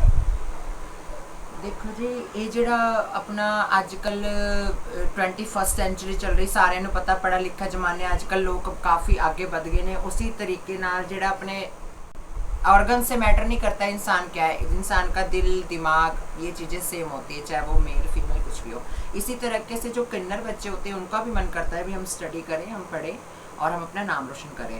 और ऐसे हालात में जब वो ये हालात देखते हैं, जाहिर सी बात है अगर कोई बच्चा अपने माँ बाप को गुंडागर्दी लड़ाई झगड़ा नशे पत्ते में देखेगा, उस पर क्या इफेक्ट पड़ेगा। वो चीज़ इस टाइम भी हो रही है, किन्नरों के साथ ऐसा हो रहा है। तो जो किन्नर बच्चे आगे स्टडी कर रहे हैं जिनको पता ही नहीं भी ऐसा है। मैं ਤੇ ਅਸ਼ਲੀਨ ਦੀ ਗੱਲ ਤੁਹਾਨੂੰ ਵੀ ਗੱਲ ਕਹਿਣਾ ਚਾਹਾਂਗਾ, ਬਹੁਤ ਸਾਰੇ ਲੋਕਾਂ ਦੀ ਇੱਕ ਧਾਰਨਾ ਬਣੀ ਹੋਈ ਵੀ ਜਿਹੜਾ ਕਿੰਨਰ ਸਮਾਜ ਹੈ ਉਹ ਅਨਪੜ੍ਹ ਸਮਾਜ ਹੁੰਦਾ ਹੈ। ਤੁਸੀਂ ਦੱਸੋਗੇ ਤੁਹਾਡੇ ਸਮਾਜ ਦੇ ਵਿੱਚ ਕਿੰਨੇ ਕੁ ਜਿਹੜੇ ਵੈਲ ਐਜੂਕੇਟਡ ਨੇ? Doesn't matter, I am also educated person. Reason that society nothing is equality in community. That's why our community like that. If people gives equality in community, then we live out that work. ਜ਼ਰੂਰੀ ਨਹੀਂ ਹੈ ਵੀ ਜੇ ਤੁਸੀਂ ਕਿੰਨਰ ਹੋ ਤੇ ਤੁਹਾਨੂੰ ਪਤਾ ਨਹੀਂ ਹੈ ਵੀ ਤੁਸੀਂ ਅਨਪੜ੍ਹ ਹੋ, ਮਤਲਬ ਇਹ ਤਾਂ ਤੁਸੀਂ ਉਸ ਬੰਦੇ ਨੂੰ ਬਲੇਮ ਕਰ ਰਹੇ ਹੋ, ਹਰਟ ਕਰ ਰਹੇ ਹੋ, ਉਸਕੋ ਟੌਰਚਰ ਕਰ ਰਹੇ ਹੋ ਕਿ ਉਹ ਸਕਸੈਸ ਨਾ ਹੋ ਸਕੇ। ਐਸਾ ਕੁਝ ਨਹੀਂ ਹੈ ਜੀ। ਹਮਾਰੇ ਕਿੰਨਰ ਸਮਾਜ ਦੇ ਵਿੱਚ ਕਈ ਇਹੋ ਜਿਹੇ ਨੇ ਜਿਹੜੇ ਜੱਜ ਬਣ ਗਏ, ਕੋਈ DIG ਬਣ ਗਿਆ, ਕੋਈ IPS ਬਣ ਗਿਆ, कोई SP बन गया, कोई DSP बिल्कुल बन अपनी गया। मेहनत कीती है, इस मुकाम ते पहुंचे। पाई जी कई ट्रांसजेंडर अपने ਜਿਹੜਾ ਕਿੰਨਰ ਸਮਾਜ ਦੇ ਬੱਚੇ ਜਿਵੇਂ ਕਿ ਚੋਣ ਵੀ ਲੜੀ ਗਈ ਆ ਬੰਬੇ ਦੇ ਵਿੱਚ ਪਿੱਛੇ ਵਿਧਾਨ ਸਭਾ ਦੀ। ਜੀ ਚੁਣਾਵ ਵੀ ਲੜੀਆਂ ਗਈਆਂ, ਠੀਕ ਹੈ। ਨਾਲੇ ਆਪਣਾ ਇਹ ਜਿਹੜਾ ਇੰਟਰनेशनल लेवल पे स्पोर्ट्स होता है वो स्पेशल अब जो हैगा अपनी किन्नर कम्युनिटी के लिए तो अभी नया निकाला 2021 में, अब हांगकांग में होने वाला है। चंडीगढ़ से भी जाएंगे, हमारे चंडीगढ़ के मन जाएंगे, हमारे घर से भी जाएंगे, हो सकता है कि मैं खुद जाऊं। ਅਸ਼ਲੀਨ ਜੀ ਮੈਂ ਗੱਲ ਕਰਾਂਗਾ ਤੁਹਾਡੇ ਮਨ ਤੇ ਇਸ ਐਪੀਸੋਡ ਦਾ ਕਿੰਨਾ ਕੁ ਗਹਿਰਾ ਪ੍ਰਭਾਵ ਪਿਆ, ਡੂੰਘਾ ਪ੍ਰਭਾਵ ਪਿਆ?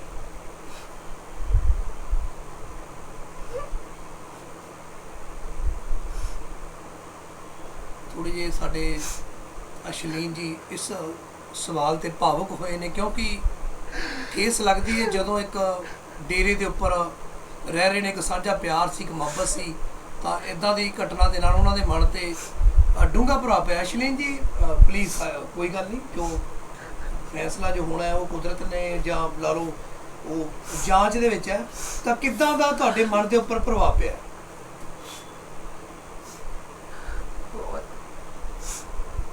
ਦਿਲ 'ਚ ਲੱਗਦੀਆਂ ਜਦੋਂ ਇੱਕ ਹੱਸਦਾ ਖੇਲਦਾ ਪਰਿਵਾਰ ਉੱਜੜ ਜਾਵੇ, ਹੱਸਦਾ ਖੇਲਦਾ ਸਾਡੇ, ਅਸੀਂ ਤਾਂ ਉੱਦਾਂ ਹੀ ਇੰਨੇ ਦੁਖੀ ਹੁੰਦੇ, ਉੱਪਰੋਂ ਇਹ ਦੁੱਖ ਵੀ ਸੰਕਟ ਆ ਕੇ ਪੈ ਗਿਆ। ਸਾਡਾ ਹੱਸਦਾ ਖੇਲਦਾ ਪਰਿਵਾਰ ਪਲਾਂ 'ਚ ਇੱਕਦਮ।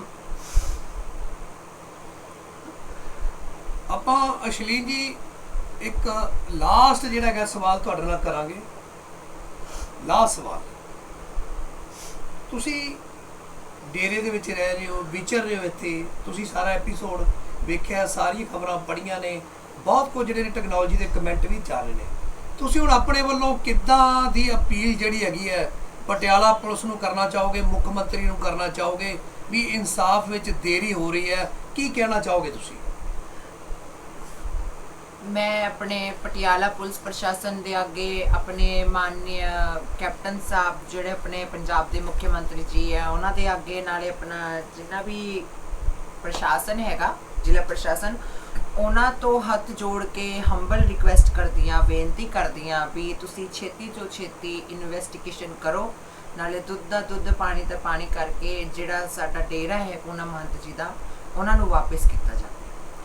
ਬਿਲਕੁਲ ਜੀ, ਇਹ ਨਾਲੇ ਹਲਤਾ ਜਿਹੜੇ ਹਾਲਾਤ ਜਿਹੜੇ ਵਿਗੜ ਰਹੇ ਨੇ, ਲੋਕਾਂ 'ਚ ਵੀ ਫਰਕ ਪੈ ਰਿਹਾ, ਸਾਡੀ ਕਮਿਊਨਿਟੀ 'ਚ ਵੀ ਫਰਕ ਪੈ ਰਿਹਾ। ਇਸ ਮਸਲੇ ਨੂੰ ਛੇਤੀ ਤੋਂ ਛੇਤੀ ਨਿਪਟਾ ਕੇ ਸਾਰੀ ਜਿਹੜੀ ਆਪਣਾ ਵਧੀਆ ਲਾਈਫ ਚੱਲਦੀ ਸੀ ਉਹ ਸਾਨੂੰ ਵਾਪਸ ਦਿੱਤੀ ਜਾਵੇ, ਸਾਡਾ ਡੇਰਾ ਵਾਪਸ ਕੀਤਾ ਜਾਵੇ। ਬਿਲਕੁਲ ਜੀ, ਇਹ ਸਨ ਅਸ਼ਲੀਨ ਜੀ ਜਿਨ੍ਹਾਂ ਨੇ ਆਪਣੇ ਦੱਸਿਆ ਵੀ ਕਿਤੇ ਕਮੈਂਟ ਜਿਹੜੇ ਹੈਗੇ ਨੇ ਸਰੋਜ ਵੱਲੋਂ ਦਿੱਤੇ ਗਏ ਸਨ। ਉਹਨਾਂ ਨੇ ਸਾਡੇ ਚੈਨਲ 'ਚ ਆ ਕੇ ਜਿਹੜਾ ਹੈਗਾ ਦੱਸਿਆ ਵੀ ਉਹ ਕਿਸ ਨਾਂ ਦੇ ਨਾਲ ਉਹ ਜਾਣੇ ਜਾਂਦੇ ਨੇ, ਤੇ ਉਹਨਾਂ ਨੇ ਦੱਸਿਆ ਵੀ ਕਿੱਦਾਂ ਜਿਹੜਾ ਹੈਗਾ ਇਹ ਵਿਵਾਦ ਭਖਿਆ, ਤੇ ਉਹਨਾਂ ਨੇ ਇੱਕ ਬੇਨਤੀ ਕੀਤੀ ਹੈ ਮੁੱਖ ਮੰਤਰੀ ਪੰਜਾਬ ਨੂੰ ਵੀ ਜਿਹੜਾ ਇਨਸਾਫ ਹੈ ਉਹ ਸਾਨੂੰ ਜਲਦੀ ਤੋਂ ਜਲਦੀ ਦਿੱਤਾ ਜਾਵੇ। ਹੁਣ ਜੋ ਸਾਨੂੰ ਆਜ਼ਾਦ ਸਤਿ ਸ਼੍ਰੀ ਅਕਾਲ। ਵੇਖਦੇ ਰਹੋ ਗੱਲ ਪੰਜਾਬ ਦੀ ਟੀਵੀ। ਗੱਲ ਸਾਡੀ ਤੇ ਸਾਡੇ ਸਾਰਿਆਂ ਦੀ। Holding on to things that are changing me. Thinking I knew it all, but now I see. You showed me all that I could be. And with regret I turned, and now I don't know me. ਦੋਸਤੋ, ਸਾਡੇ ਲਈ ਮਾਣ ਦੀ ਗੱਲ ਹੈ ਕਿ ਤੁਸੀਂ ਹਰ ਰੋਜ਼ ਗੱਲ ਪੰਜਾਬ ਦੀ TV ਵੇਖਦੇ ਹੋ। ਇੱਕ ਗੁਜ਼ਾਰਿਸ਼, ਚੈਨਲ ਨੂੰ YouTube ਤੇ ਸਬਸਕ੍ਰਾਈਬ ਜ਼ਰੂਰ ਕਰੋ ਅਤੇ ਰੋਜ਼ਾਨਾ ਨੋਟੀਫਿਕੇਸ਼ਨ ਦੇ ਲਈ ਬੈਲ ਆਈਕਨ ਜ਼ਰੂਰ ਦਬਾਓ। ਦੇਸ਼ ਅਤੇ ਦੁਨੀਆ ਦੀ ਜ਼ਿਆਦਾ ਜਾਣਕਾਰੀ ਲਈ ਤੁਸੀਂ ਜੁੜੇ ਰਹੋ ਗੱਲ ਪੰਜਾਬ ਦੀ ਟੀਵੀ ਦੇ ਨਾਲ।